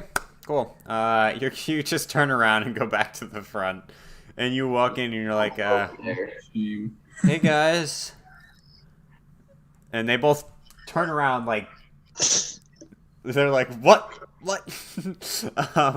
And you're standing there with the gun, and they, you guys all kind of scare each other. And Charles, you're still very groggy from almost a concussion in the head from slamming yourself into the rotten door multiple times. Did you hear that noise earlier? Yeah, that was me. Oh. The back door is locked. Okay. Cool. Oh. Yeah. Are you guys going to continue deeper into the cabin? Do you need to rest, Charles? Are you okay? I mean, I'll be fine. I've dealt with worse. Fair enough. I guess a concussion is a lot less damaging than losing a finger to a dog. Now, Zeke, I need to ask you something. Let me see if I can send you a private message to just you. Okay. I need to know.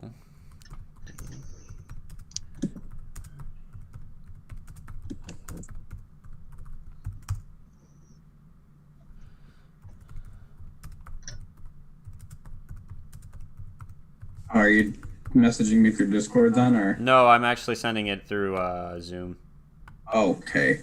Let's see. Let me know if that worked. If it didn't, I can do Discord if you want. I mean, I guess just when I bought it, I didn't I didn't hold on to it. I guess I just threw it in my satchel and went back to the hotel. Yeah, really and you have not really messed around with it since then? No, not much. Okay, well. Carl's has been the one trying to break stuff and eat out of it and throw himself into doors and breaking tables. All right, well, you are actually feeling a bit of irritation in your hand. You don't know exactly what it is, like maybe some type of rash or something. It's weird, not anything like you've normally felt, not anything you've felt normally before, but no, doesn't seem too bad. Maybe I burned myself while I was eating. Maybe. Charles, you are likely hacking up a storm now. So yeah, just like you thought, it wasn't anything too terrible at the beginning. So we'll see what happens. Okay, so you are now all in the main living room of the cabin, and some chalk on the floor, some doors. Thomas, you know that there's like a kitchen and 2 bedrooms and the living room. That's about it. So there's chalk on the floor.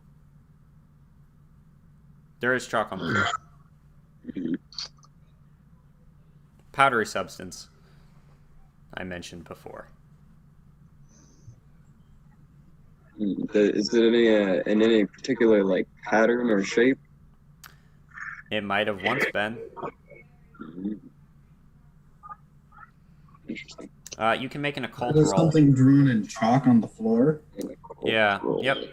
Yeah, you can make an occult roll, Charles. Okay.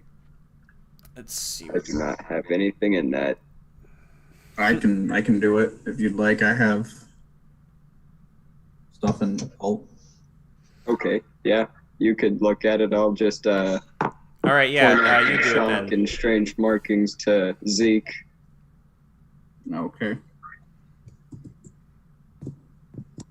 Thanks to everyone who's tuning in, by the way. We really appreciate it. It's going well so far. Well, maybe not for them, but going well otherwise. Did you succeed with the 57?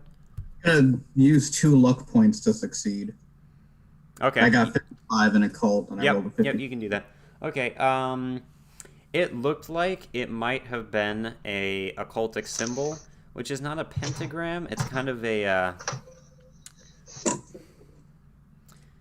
think it's like 7 sides it has, or 9 sides. It's 9-sided, so like a 9-sided shape. All right. And it has, and it looks like it could have been this thing, and all the sides are kind of connected to each other through lines and stuff. But it's mostly messed up now, and you're not entirely sure what it could have been. Right. Okay. I'll relay that information. All right, you guys all understand this as well. That it quite possibly could have been some kind of occultic symbol. I have no idea what it is, but it ain't good. Yeah, usually when you're messing with stuff like that, it's not very good. I wonder if this was here before his murder because I don't remember seeing that here. So someone must have been in after he died. Brilliant deduction. Interesting. Well, only time will tell.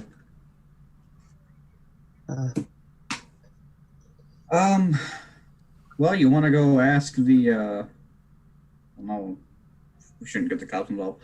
Want to go look around the mansion, maybe? Maybe. I want to take a little bit of a better look around this house before we leave.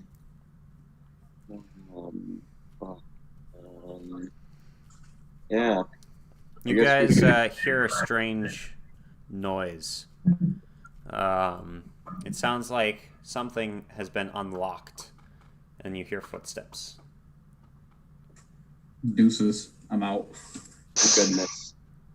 And then you hear a dripping noise.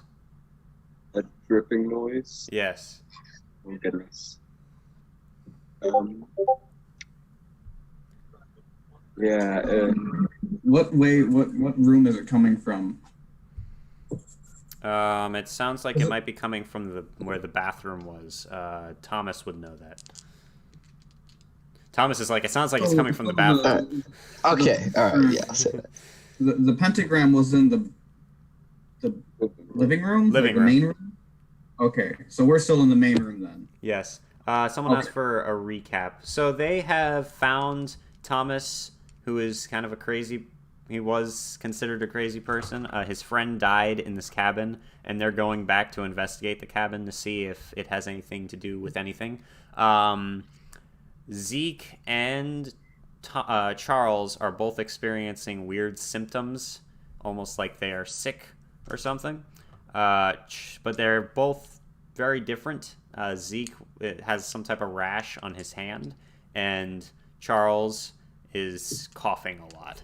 I don't know how far you missed, but technically right now they're in a cabin looking into the death of someone, but now suddenly they've heard some noises that make it sound like they're not alone in here. So, how do we know they are dead? How do we know who are dead? Yeah, I mean, that's kind of true too. You don't. But that's the general assumption right now. Okay. Partner. So you guys are hearing the dripping noises coming from the bathroom. Mm-hmm. Okay. And It sounds like it's coming from the bathroom. Okay, well, if there's someone else here, I mean, you might get to put that shotgun to use, Charles. yeah, Charles, you go in front of us and you just aim ahead. Oh, goodness. Okay, sign me up for it. And then Charles is just gonna slowly creep his way to the bathroom, kind of stealthily, and listen at the door. While we're outside the door, I'm gonna say, Suddenly all the noises go silent. it went sound. It got quiet in there. Did you just say that out loud? Yes. Yeah. Okay. Suddenly you hear a loud noise coming from in there, almost like a scuffling noise. Charles is gonna back up and ready his gun and get ready to open the door. All right, you back up a little bit. Take your shotgun, your sawn-off shotgun, level it with the door. Do you want to kick it open for you, or do you want to open it? I don't know. I'd rather not have the chance of shooting you, so I think I could do it. Like you open the back door. Cool. Yeah. All right. So you're sure you can open the door, Charles? All right. So Charles, you're gonna try to kick down the door. Is that right? Or just open? It's unlocked, right? Is it locked? You have no idea if it's locked or not. Okay, yeah. I'm just gonna try to open it normally. All right. You've got the gun trained on it. Try to open it. It turns. You open the door. and you see a shadowy figure standing at the back of the dark bathroom. There is a largish shape behind him that looks squarish. You cannot really make out any defining features of this person. It's too dark in the room. Oh goodness. I quickly say to Zeke he should put the flashlight on this. I can't see. The person turns around and they have a weapon in their hand. Are you putting the flashlight on him? Yeah, I guess I hold up the flashlight. All right, you hold up the flashlight in his face, and you suddenly blind Dr. Joseph Sullivan and shine a light on his moonshine-making machine. What on earth? Oh, you want some? You want some, huh? Take that blinding thing out of my face, please. What are you doing sneaking around here, son? Yeah, what are you doing in this abandoned house? This is where I have my still. Illegal substances. I think we should inform the authorities. No. You don't need to do that.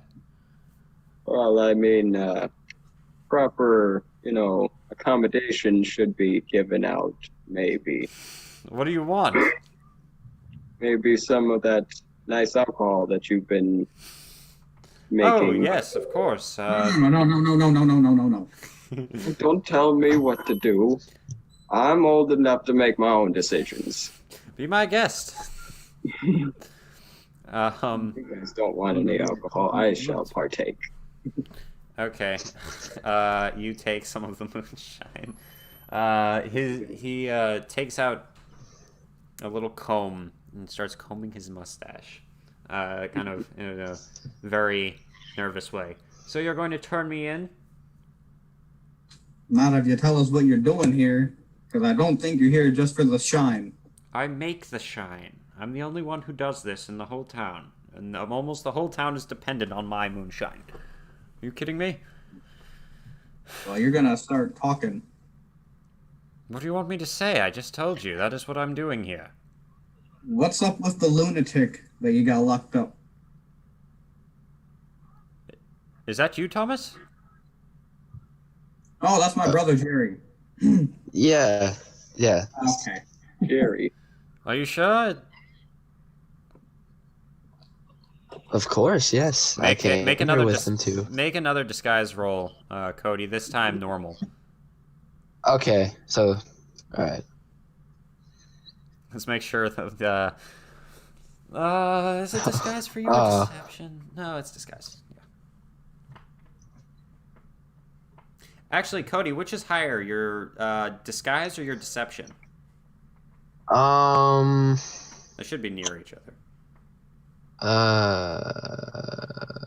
Deception is a skill, right? Am I wrong? Am I just thinking of D&D? Deception's a skill. Okay.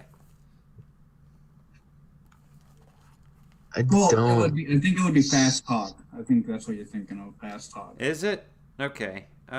Which is higher, your fast talk or your disguise? My disguise. All right, use disguise. Sorry. All right. Oh. Okay. I got a 22, so that means that's a success. Nice. Okay, good job. Yeah. All right. Nice work. Let's see. Thank you guys very much for watching again. It's awesome. I hope you all are enjoying. Let's continue. Cody, I'm sorry, not Cody. Thomas. You successily make him. It's Jerry, right? That's Jerry. Yes. Okay, your name is Jerry now. Don't anyone screw up and say his name, or else his role just now will be failed. For now, he believes you are Jerry, and he's like, "What do you mean? What is up with Thomas?" Exactly what I said. What's up with him? Why is he locked up? What's he so crazy for? I told you already. He started believing things that weren't true, and frankly, he also killed someone, and does not believe that he himself did it. And it was weird the way the case worked out. But in the end, it was decided that he would be committed to my care. And I had to make a makeshift sanitarium type deal. Are you a certified psychologist?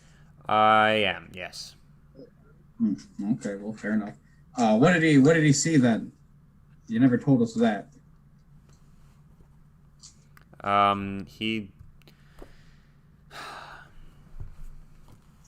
I don't understand why you want this information. It's kind of confidential information. I mean, I'm not supposed to give out facts about my patients. You're also not supposed to be making moonshine, sir. Well, that's a little bit different, don't you think? Moonshine is a thing that helps people around the globe. Meanwhile, me giving out personal information about my patients will not be assisting anybody.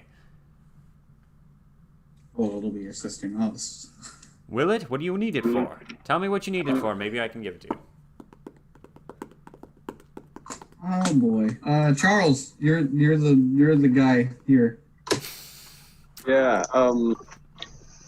You're the guy here. We've been trying to investigate that murder that the crazy person is so-called involved with, and we came to this house and was not expecting anyone to be here. It's just a place that's condemned. Why did you use this place? This place is condemned. People don't normally use it. Is Jerry deaf?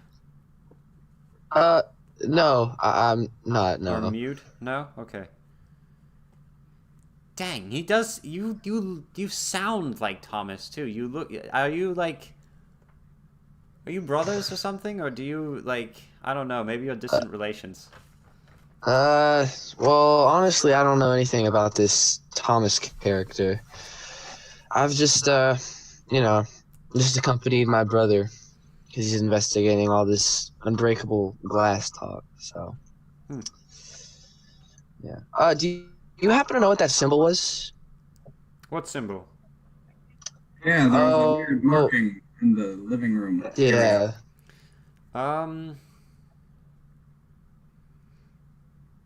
Will you show me?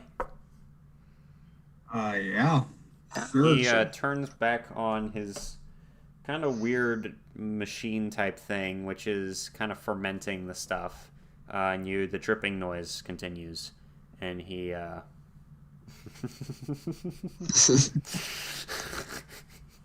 was not intentional. Oh boy. Okay. Okay. You all exit the main room. You go back to the main room, and you see the strange markings on the ground, and he does not really understand what it is you're asking him. So what symbols? It just looks like it's just a bunch of chalk on the floor. No, and then I kind of, no. Look at here, and then I point out looks like it's 9 points and circled and... Oh. Huh. Odd. I have no idea what this is, and I would actually recommend we get rid of the chalk. I wouldn't touch it. It just... Well, you mentioned that no one else has come here, so,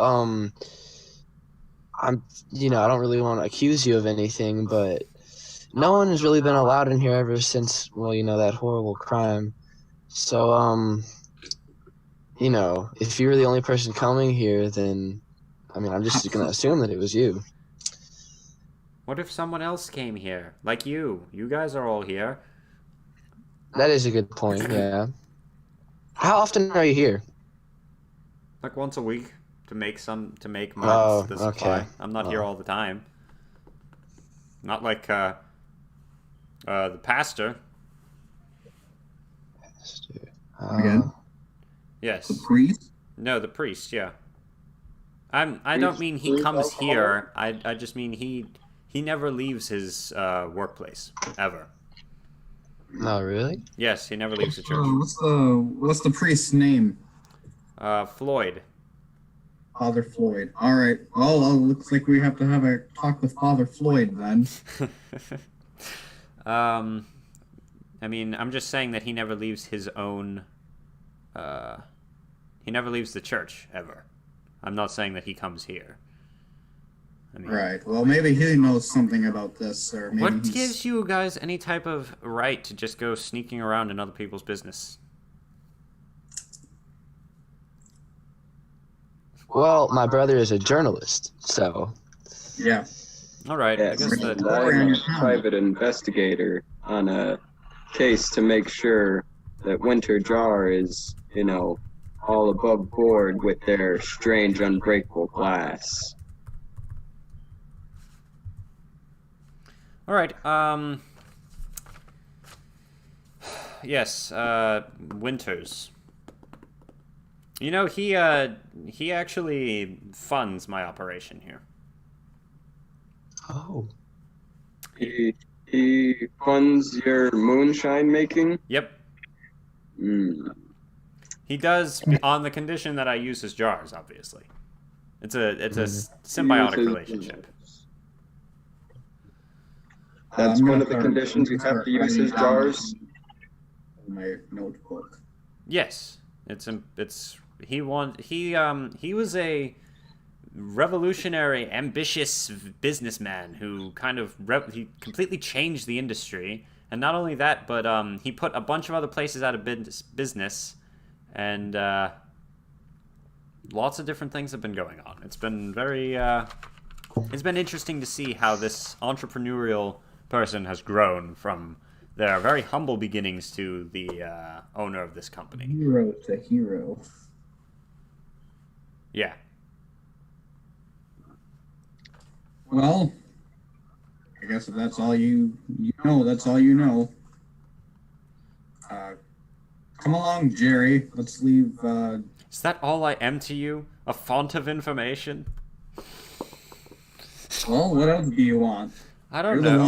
the one. You wanted moonshine, right, Charles? Yes? All right. Yes. He hands you multiple bottles. He gives you 3 bottles of moonshine.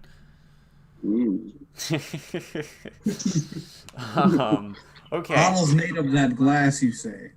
Yes, they're all the magic glass. That's the unbreakable glass. Yes, it does not break. I'll offer one of the jars to either of them, Zeke or Jerry. Uh, I'm good. okay, they both. I'm good. Yeah, they both denied. Okay, whatever. Keep my moonshine. They both denied the tempting serpent. Okay. All right. So, what's your next move? What time is it? It is like 8 o'clock, almost night, like real, like almost bedtime, for most people. at least. Well, I guess I don't know about them, but I'm gonna go to the Father Floyd before. Well, he never does leave the church, so that'll work. Yeah. Most likely. But yeah, I'm gonna go straight to the church, and when I get there, I'm gonna straighten my bow tie and fix my cap and knock on the door. If it's I'm gonna knock on the door. All right. Cool. 1 second. Let me try to mute this Discord.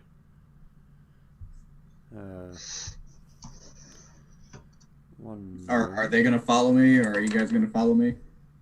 Yeah. Okay. I'm assuming Charles is going to as well. Yes, they all are. Take your time, Undead King. Yes, mute that. There we go. All right. I guess we're going to take a break for a couple seconds here. Have you guys been having fun so far? Yes? Oh boy. Okay, cool. Been getting interesting. Yes, it has.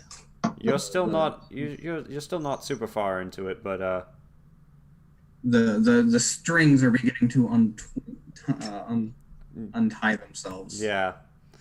And wow, we've got some good interaction. Thank you guys very much for sticking around for all this. Okay. The old ones ruled the earth eons before the rise of man. Okay. Anyway, you're back. Yes, good. Here we go. You're muted. Sorry about that. All right. Yep. You're going with them to Father Floyd, Yeah. and Thomas is doing the same. You're all going to the. Yes. Okay. Make sure you're all presentable now. Going to see the priest. All right. Everyone heads over to the church. It is a tall, steepled church with stained glass windows.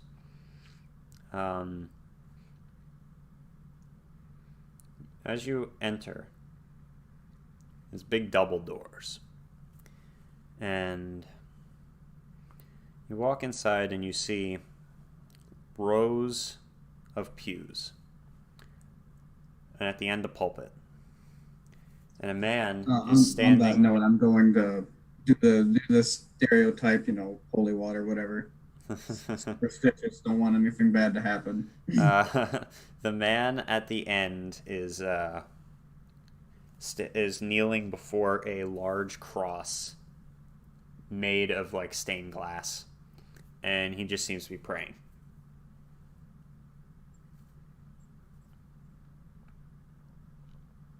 I guess I'll wait. I don't want to interrupt him. It's bad luck to interrupt somebody praying.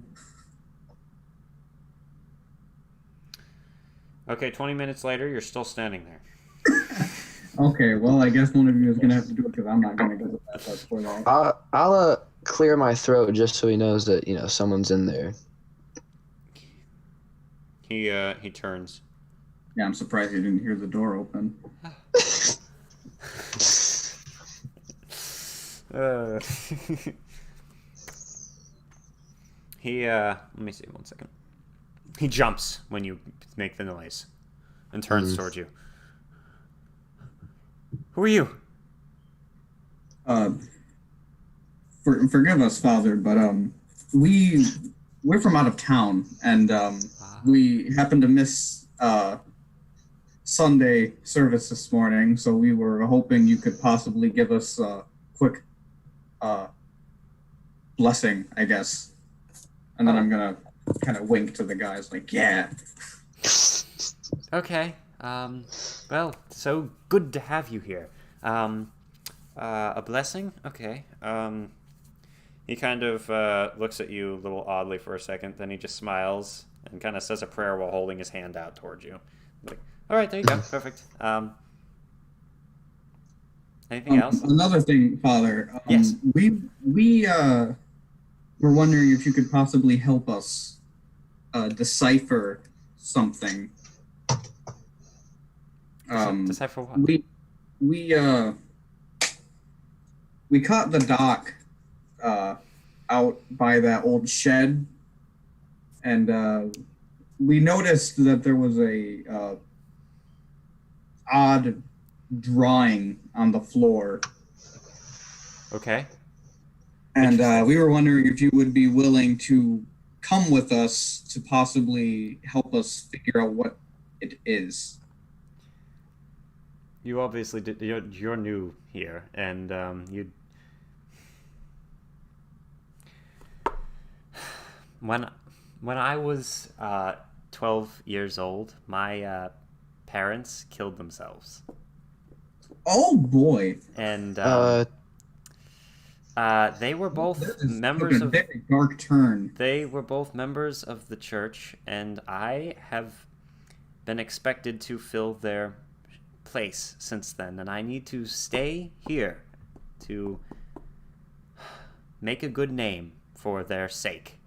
And yeah, I mean, I guess the good in it is that I am now here. I can remain.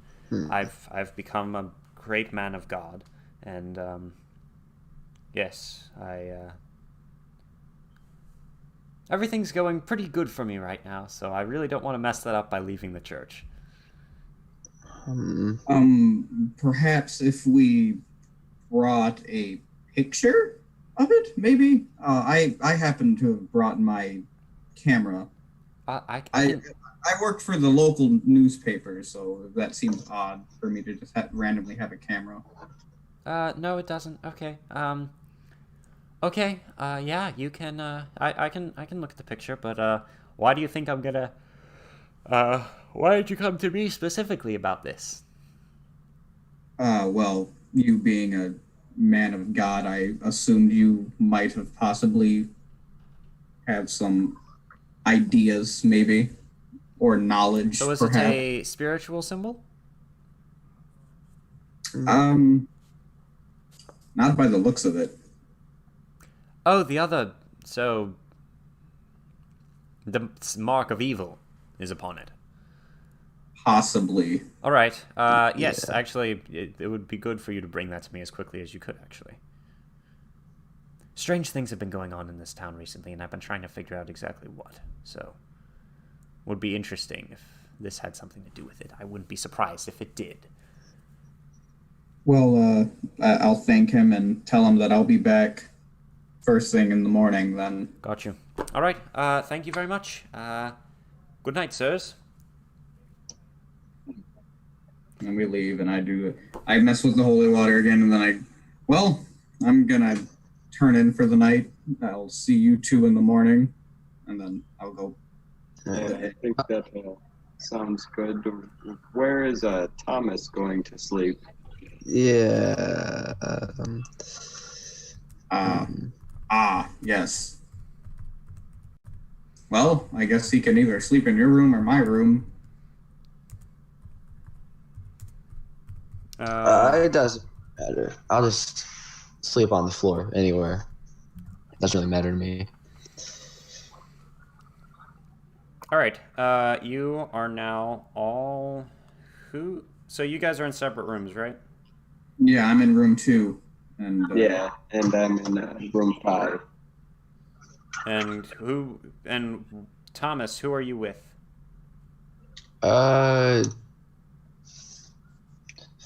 I guess I'll go with Zeke since I'm supposedly his brother.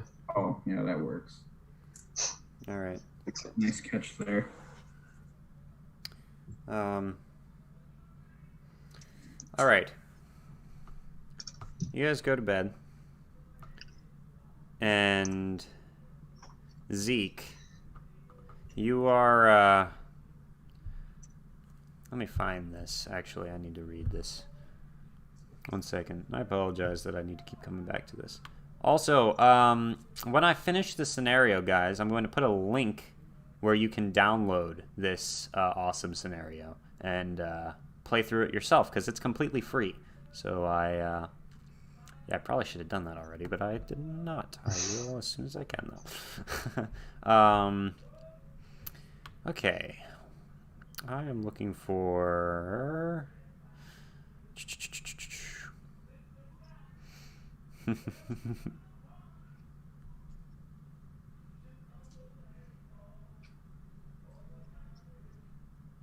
There we go. Okay.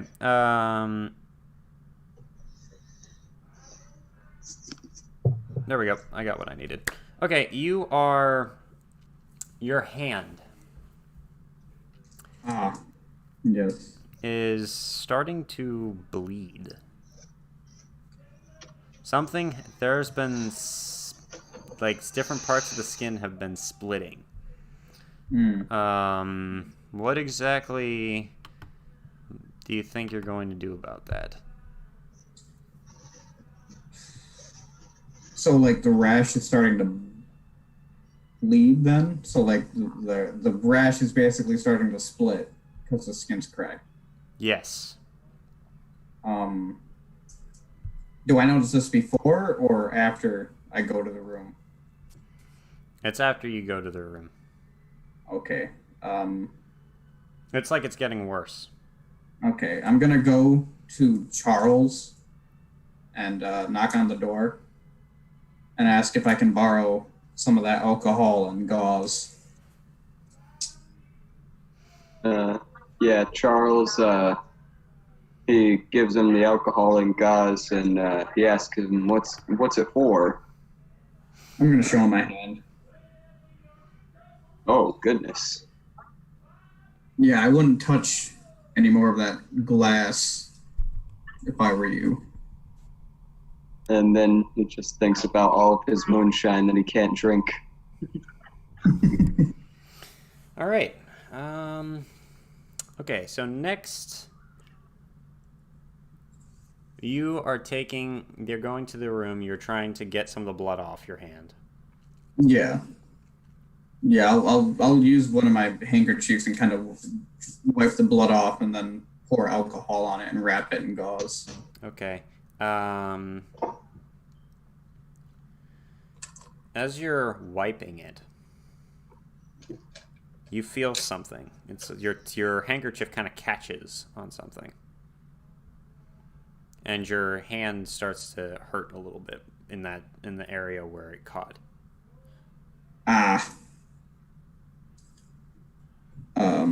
I guess I'll... You take 1 point of damage from this. Okay. And are you going to examine whatever it was? Yeah. Yeah, I'm going to take the handkerchief off and look at my hand. Okay. You see a sparkling... Something sparkling in the light a little bit.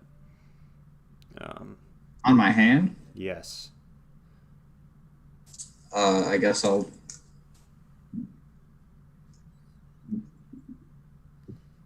Like, is it in my hand or just looks like it's sparkling? Like from blood? If you move it a little bit more, you kind of can see that it's something that seems to be embedded in your hand. The jagged edge of something. I don't remember catching my hand on any broken glass lately. But it does look like a piece of glass is protruding out of your hand. Oh, shoot. Okay. I guess I'll just pour the... Like, can I reach it, or is it, like, in my hand? It caught on the handkerchief, so you can touch it, yeah. Well, actually, I don't even know if I want to touch it. I guess I'll just pour the alcohol on it and wrap it up and just kind of leave it alone for now. Hopefully it doesn't get worse. Okay, cool. You pour alcohol on it, and that hurts like hell. Okay, your whole hand feels like it's on fire. And you wrapped it up, and suddenly, I need you to make a intelligence roll. Intelligence. Yeah. Oh. Shoot. Of course, my high skill. Oh. Yeah, that's a hard success. Nice. Okay, good. You are going to get a bit of an insight into what exactly is going on as you connect a dot here. You suddenly think about how you're covering up this rash, and you are reminded of how almost everyone in the town is wearing heavy clothing. That is the thing. Yeah. Like, wait, is the priest also, or is he just in like regular priestly gowns? Regular priestly gowns. He is he's in his robes. He had gloves on. Okay. Well, I'm gonna get Thomas's attention and kind of, before I wrap it up, I'm gonna kind of like, All right, Thomas, he's kind of motioning towards you to come over to him. All right, I'll walk over to him. Yeah, so basically right after I pour the alcohol on it, I'm just gonna show him what it is. Like, look at this. What did you hit your hand on? You didn't hit it on anything, but I wouldn't touch any glass that you find. Okay. You both need to make a sanity roll, as you realize that a piece of jagged glass is growing out of his hand. Right. Let's see how they do on their sanity. Nice. Okay, you take 1 point of sanity damage. Nice. Well, not nice, but better than what it. Yeah.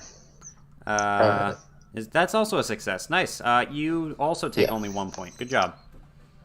I guess I just feel a little sick to my stomach and kind of shake it off. when I realize what's happening. What's going on? It's going good. And then I'm You gonna. have me on mute? Yes, I am on mute. Yeah, they having So- fun? I hope You so. were saying that I was starting to connect the dots.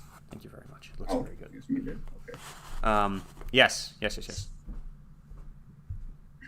Yes, sorry. No, you're fine. Basically, that I was connecting the dots. So am I basically like realizing maybe these people are covered up because they're turning into glass figures? Something like that, yeah. All right, and Or then at least that once they they have move- similar sickness that you do. And you also remember the coughing. And you remember Yeah. that he ate out of one of the glass things.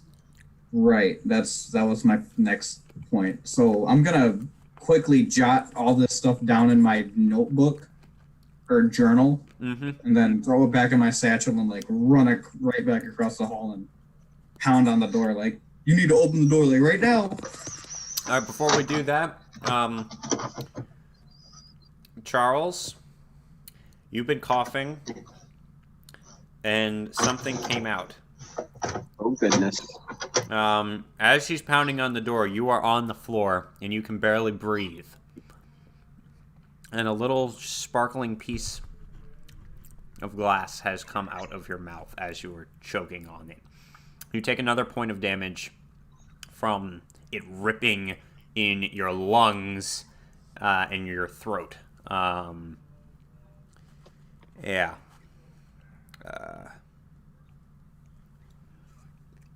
Goodness. And you hear him pounding on your door, but you really can't answer him. You Yeah. hear him coughing. As you- Charles just continues coughing. Is the door locked? Like I'm gonna try and open the door. Did you lock the door? should be unlocked. Charles, did you lock the door? No, the door should be unlocked. Okay. All right, I'm gonna bust in, and he's having a coughing fit. Yeah, he's on the floor. Yep. I'm basically gonna help him up, and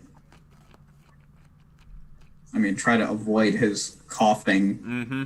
direction, but at least help him up and get him a glass of water. No, I'm not. Okay. No, we're getting paranoid now. A glass of water. Okay. I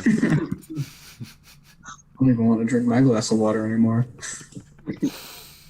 All right. Charles, he helps you up, and it kind of subsides, but it is getting a little bit more difficult for you to breathe normally. Okay.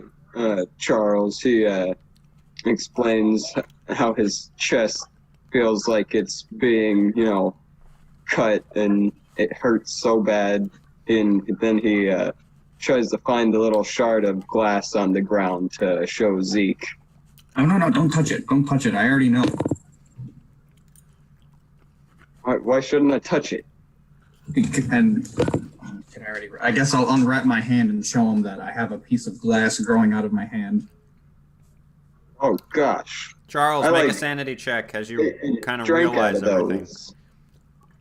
You kind of realize everything. Make a sanity check as you understand what is happening to you and how late you have been in figuring this out.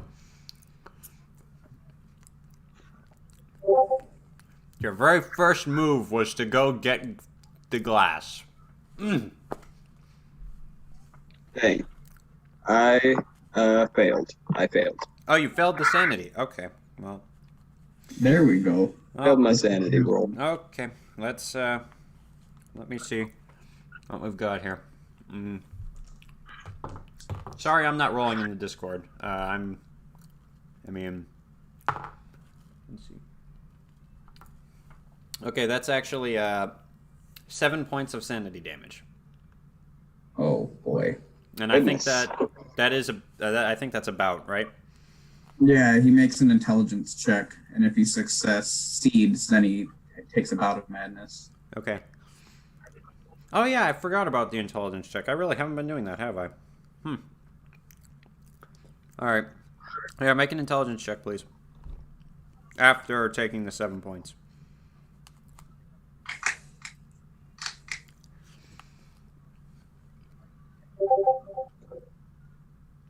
I passed.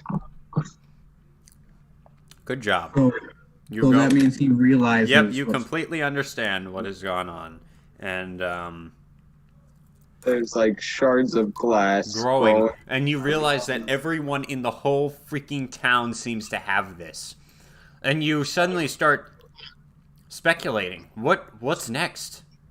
Right? You drank it. It's down Yeah, inside I drank of it you. and ate it. Right? And it's growing out of him. It's probably there's more. It's spreading. They're covering up their whole bodies. How much farther could this go, really? And as you think about this, you're going into a bout of madness, and let me see if you suddenly realize that you need to break something, and you need to break the glass. You need to show it that it is not above you in any way, Okay. and that you can beat this sickness, and you're going to symbolically show this by breaking the glass jar. Okay. You might have the common sense to put on a pair of gloves before trying this, but you are going to try to break the jar. Can I do what I wish to try to break it? Yeah, as long as you can do what you wish to try breaking. Okay. Charles is just gonna take all of the freaking things of moonshine out of his bag and like throw them at the walls and the floor. And then he's going to try to pull his shotgun out and shoot at one of the bottles. No. All right. You start taking the glass, throwing them at the walls, smashing them into the sides of the building. As you suddenly realize what a catastrophe this is. Zeke and Thomas. Thomas, are you with them? I think you are, right? I think he might be in the I other think I left him in room. my He room. probably hears me throwing stuff. But yeah, you probably. Yeah. So I think I'd probably, after hearing all that, I would probably go in there with them. Yeah. All right, you are with them then. Yeah, you Okay. just walk in with him aiming a shotgun at some jars. You walk in, and you see him. You see that there are bottles all over the room. He has gotten more and more desperate to break it over time. So he started throwing it at the walls. Then he started slamming it into the floor. Then he finally was like, "All right, that's it." And with shaking hands, puts it on a table that's already half broken. Takes his shotgun, his sawn-off shotgun, and aims down the barrel right at the glass. Make an attack. Do you really need to do that? Make a damage roll. Yeah, pretend you succeeded at the attack roll because it's a point blank range. It's not moving. Well, I was gonna try and grab the shotgun before he shoots. Are so- you going to try that? Oh goodness. You can try that. That would be I believe that would be a. It would be a maneuver. I think. No, I think it's called a combated roll or something, or like a opposed roll. That's what it's called. Yeah, it's an opposed roll. So So I guess for his we attack, like it- roll strength on each other. Mm-hmm. Yeah. Is that what you're gonna do? yeah, sure. I'll try and take the gun from him before he shoots it. Okay. Oh my gosh. What'd you guys get? What are your levels of success? Well, I'm gonna spend 6 luck points to make that a success. Yeah, I'm not gonna spend 17. All right. Yeah, that's fine. You lose 6 luck points, and you My luck is at 57, by the way. All right. And you manage to rip the shotgun out of his hands before he's able to shoot it, and he kind of just collapses to the floor. And then he goes into another coughing fit and takes another point of damage. So, this is probably true. When I grab stuff with I'm gonna assume my right hand. Does it hurt because there's a shard of glass growing out of my hand? Yes. Okay. Yes, it does. So yeah, when I grab it, I'm gonna wince in pain and I'm gonna put the gun down. But You kind of grab it, rip it out of his hand, then immediately drop the gun and start like shaking your hand. yeah, basically. Thomas, you're the only non-infected person here. Ooh. Try not to touch the glass. Yeah. All right. I'm gonna try and calm Charles down and tell him that he needs to. I realize that this is not a very good situation we are in right now, but you need to calm down. You know, it ain't over yet. If anything worse happens, then I guess we go out guns blazing. But right now, we can still stop this from getting out into the world. Or, well, has it been? Has the glass been shipped out or Not anything yet. like that? That's their next step. They've been locally distributed. It's been gaining a lot of popularity, and it is going to start being globally, or at least like nationally first. Then, because it's it's incredible that it's Yeah, this so for glass now, that does not break. Yeah, so I'm going to try to explain to him, it's still local. We can still contain it to this town. I just realized how this scenario is like in light of the current events. So kind of funny. Yeah. Oh, wow. Yeah, I didn't even realize that this entire time. Oh, well. I I think it was noticed- written before. It was written I don't remember how many months ago, but it was written already before the pandemic began, I believe. But anyway, let's We continue. need to quarantine this glass. Yeah. All right. It is the middle of the night right now, and you guys just are figuring these things out, and you all kind of realize that Thomas is the only one who is completely sane and healthy right now. I'm going to... Well, it's midnight. Mm-hmm. I don't think I'm going to be... I'm not going to bed anytime soon now. I think I'm going to go back to the priest. Okay. Because you said that he was relatively normal still. He looked relatively normal. He had gloves on, but yeah. Right. Yeah, so that's where I'm heading. All right, you're just leaving. You're like, all right, screw this, I'm done. You walk out and you're like, I need the Lord's help here. Whoa, what would Jesus do? All right, so you leave immediately. You go out. You go to the church, and Yeah, I don't even tell him where I'm going. I'm just like, all right, yeah, you just leave. What are you guys going to follow him? Well, does he have his camera with him?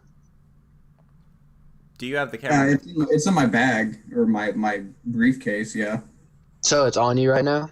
it's not on me. It's in my room. Okay. I think just to, get two birds with one stone, Thomas, since he's not infected, should just go ahead and get that picture of the symbol on the cabin, yeah. Yeah, because we're the only ones that aren't like. Yeah, so it's not like I'm in any rush to seek any help, so. Yeah, because I've only lost one sanity point, so I'm just more concerned about Charles than anything. All right. But It's actually an interesting suggestion. Things are what they seem, but okay. Thomas is going to the cabin by himself Yes. in the dark. Gotcha. Okay. And That's out in the well, middle. I guess if Thomas is coming, I'll go with him first, because he'll probably like, hey, where you going? And I'll like go into the priest, and he'll probably like, well, let's go here first, get this picture, and then. Okay. You went out first, though. He didn't. He came out after you. Oh, yeah. yeah. I had to find my. So yeah, I'll be at the church. Yeah, you're already almost there. Maybe All right. Charles would go with you, Thomas, but Charles is not in any good condition right now. He's kind of... Charles just wants to smash those bottles. Yeah, on he's the had a ground. bad day. He's been running into walls and... Yeah. He has had a really bad day. It only takes He one realized bad he's turning day. into a glass sculpture.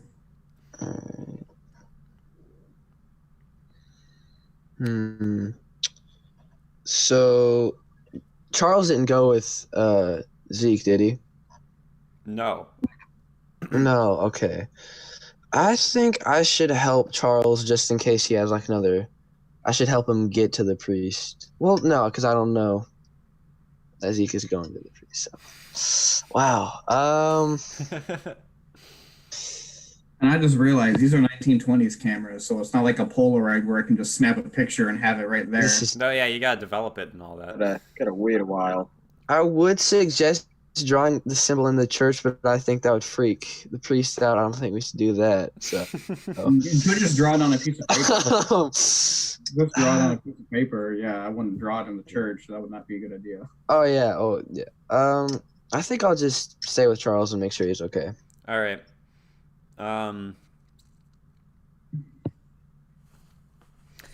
Okay then. So Zeke's going off by himself. Thomas and Charles staying together in room 5. Okay. Now, Zeke, you go out into the pitch black darkness, which almost seems like a sentient object or being, as you are... On that note, I probably would have brought in my lantern with me. Flashlight or lantern? My lantern. Okay, yeah, okay. My dad's lantern. All right, on you my take your back. lantern with you then. And it is still... So it's shining out to a certain point, but that's almost making the darkness around you seem more complete. Ambiguous. Yeah. And you're just... You just feel a sense of foreboding. Right. And gloom and doom. You're not in a good mood right now. You continue out. You make it to the church, and you see the glow inside the church, and it kind of comforts you as you open the door. And as you open the door, you see the priest is before the cross again, the stained glass cross. Yeah. And he's praying again. All right. I'm gonna knock on the wall and kind of. He turns. Oh, hi. How are you? You're back. Yeah, sooner than expected. Something wrong? I don't trust this priest for some reason. I'm gonna say, yeah, I think my friend's come down with an illness of tuberculosis. Tuberculosis? I'm not sure I'm familiar with the term. TB is another term. It's a coughing fit. Your lungs aren't very good. He's not in a good way. Huh. It started after he came from the doctor's office, so I'm assuming he got tuberculosis from one of the patients in there. I'm sure he'll be And okay. I'm not so sure. Oh. What do you want me to do? Why aren't you asking Dr. Joseph? Well, there's another urgent matter. I've decided that I could probably just come out and say it, and then I unwrap my hand and show him.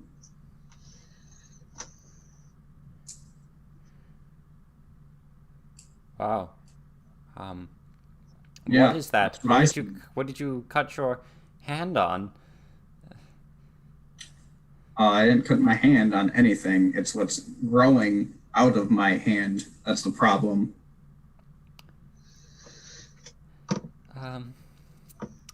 I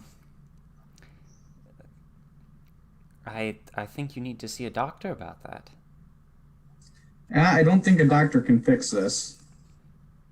Are you sure? Joseph Sullivan seems to have at least something to give people. I don't know. Well, you were saying that there's odd goings on in this town. There are. Well, I think this glass has something to do with it. The glass? Oh, the glass. When I had an order, I ordered the stained glass recently. Of course you did. I'm not sure I follow you.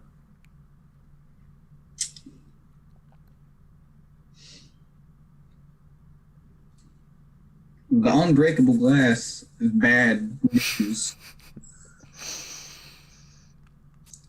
I wouldn't touch it if I were you, or eat off of it. Ah, interesting. We're going to switch back over to the other people. What are you guys doing? Are you sleeping, or what? Charles was not sleeping. He's been thinking about these jars. Okay. He might have tried to go outside and smash one on the ground because it seems harder than wood. All right, yeah. You go outside and try to smash it into the ground, and you need to make another sanity roll for doing that.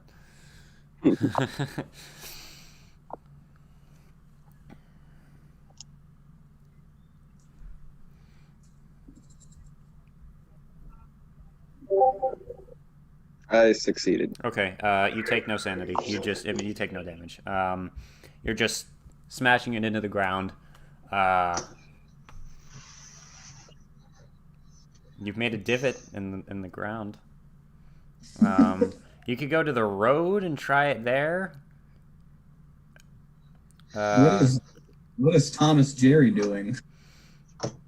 Yeah, it's Jerry. Just Yeah. pacing around, man. He's freaking out. All right. Just watching a crazy old man try to break this jar.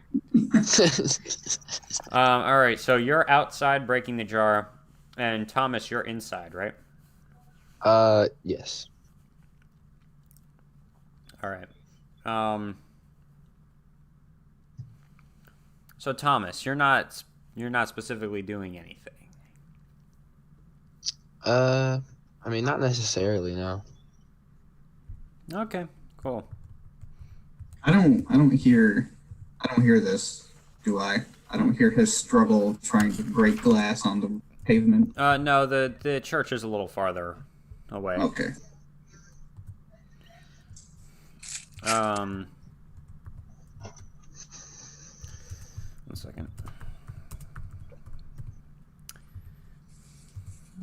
Okay, so you're trying to break the glass. It is not working. You move to the road and start smashing it on like the.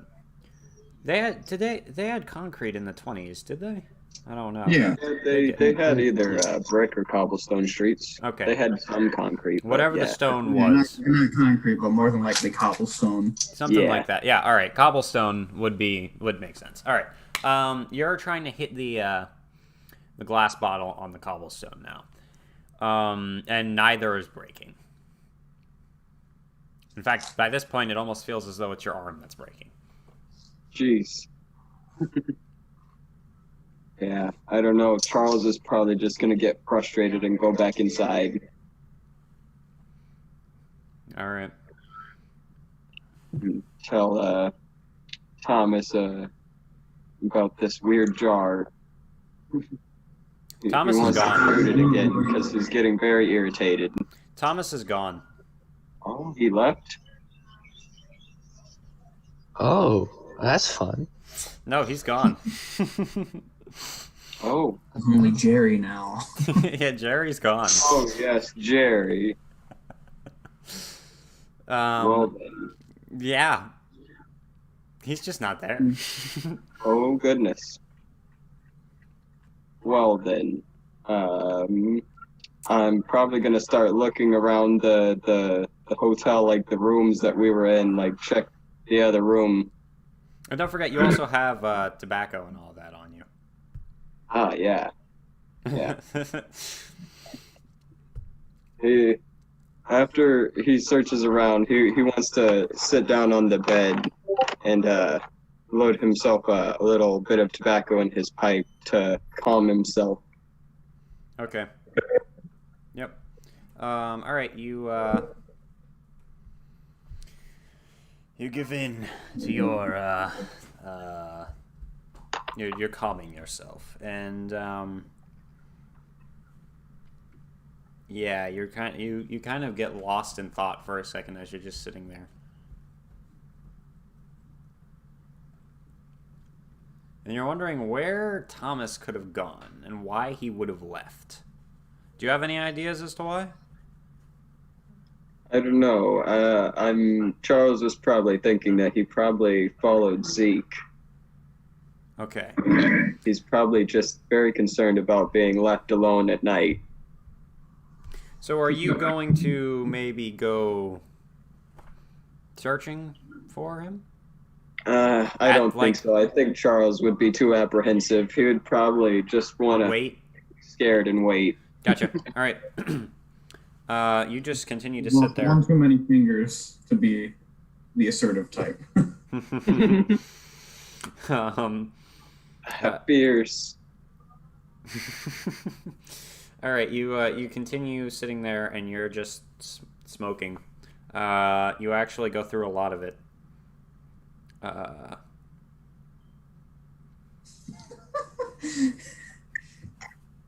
I just keep taking tobacco out of my little silver. Yep. Adding more as soon as it's turned to ash. That is probably not good for my lungs that are filled with glass. Nope. What are you talking about? This is 1920s. Tobacco's good for you. Yeah, we all know about that. That's exactly why you're continuing. Yes, that is correct. You probably think it will help your lungs. It's not helping your lungs, just so you know. Okay. And Thomas, you... Did he go to the cabin? Thomas, you are in a very you're in a very strange place. You hear loud machinery. You can't really see anything because you're blindfolded. Oh, okay. You feel blood rushing to your head. Oh. And it's almost like it hurts. It's almost like your head is swollen. And you realize that you're upside down.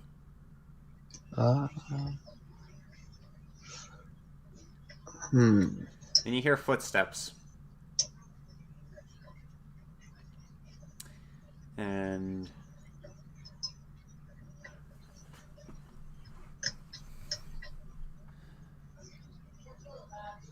someone is standing in front of you. Well, I'm not gonna say anything because, obviously no one you know is gonna blindfold you, so it's probably not someone I know. I am probably just going to try to not focus on the pain that I feel in my head and just try to calm myself down. Okay, make a sanity check.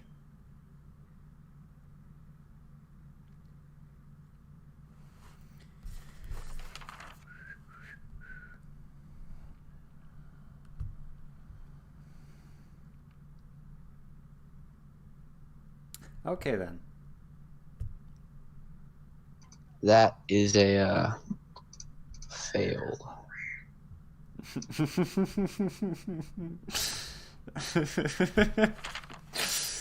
Oh boy. Okay.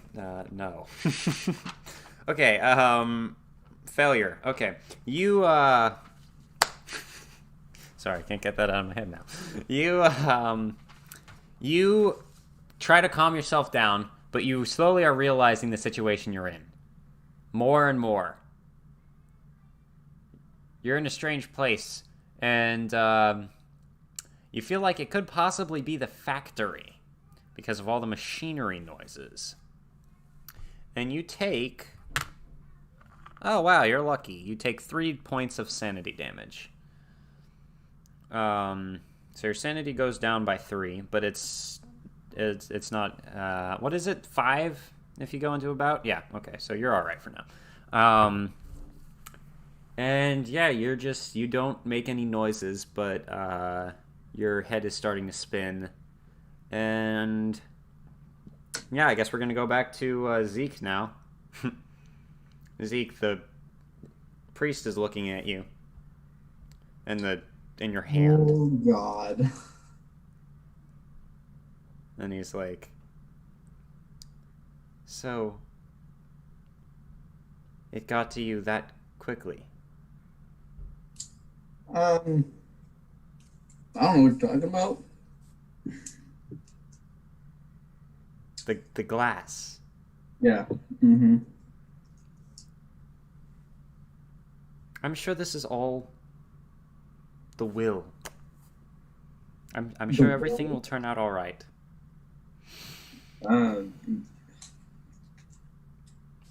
Sure. We shall see. You hear something fall somewhere behind him, and you both kind of jump. Behind the priest? Yeah. Okay. And you just see that the Bible has fallen off the pedestal.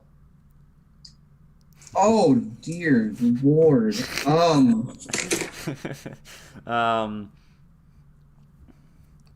The priest walks back over, picks up the Bible, puts it back on the pedestal, and walks back. While he's going over there, I'm leaving.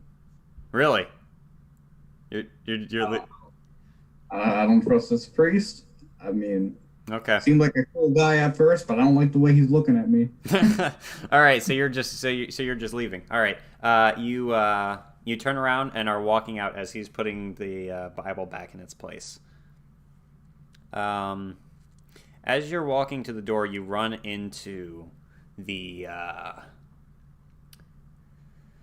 policewoman. Hey, it's you again. Have you been asking questions around where you're not supposed to?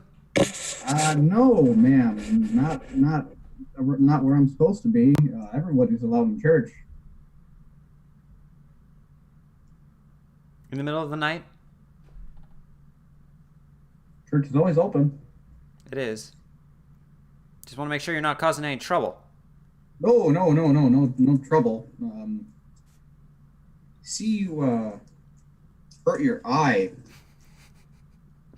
Yeah, did you get some glass in there? She's looking at you like you're a lunatic. What? It's a joke from where I come from. Where do you come from? New Orleans is where I'm from. Originally. Suddenly we see into the future 20 years when this lady's visiting New Orleans and just randomly asks someone if they have glass in their eye and just laughs awkwardly. Okay, sorry. Metagame me. Sorry. Okay, continuing. She's like, no, it got hurt recently. Oh. Yeah, just asking because I happen to you see, you mess with windows and you trip and fall, you get glass in your hand. You know how it goes. Do you know?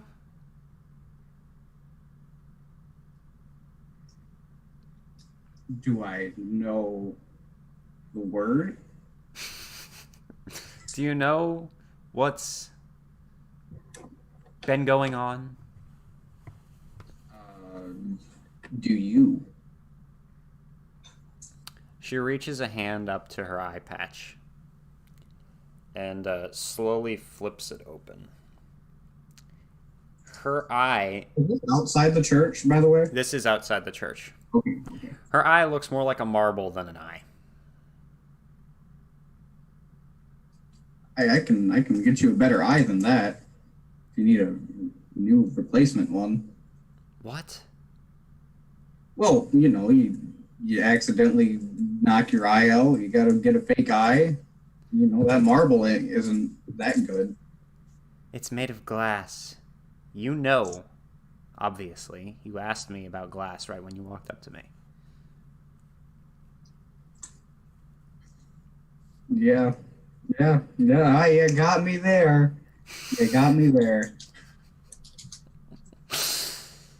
I'm going to have to take you in, sir. She flips the eye back down. Patch. I haven't broken any laws, ma'am.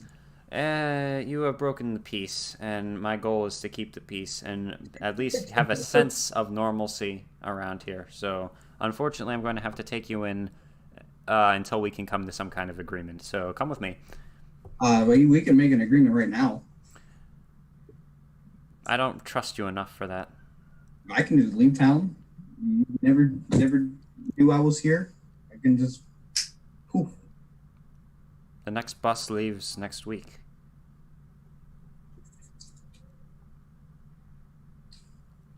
You would walk? Okay. You got me. You would walk? Suddenly the priest comes to the door of the church. What's going on? You again. Hello, Father Floyd. Father? Do you mean father? Well, that's what I said, Father.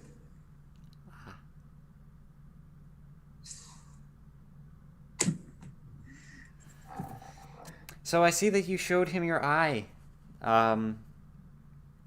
Joan.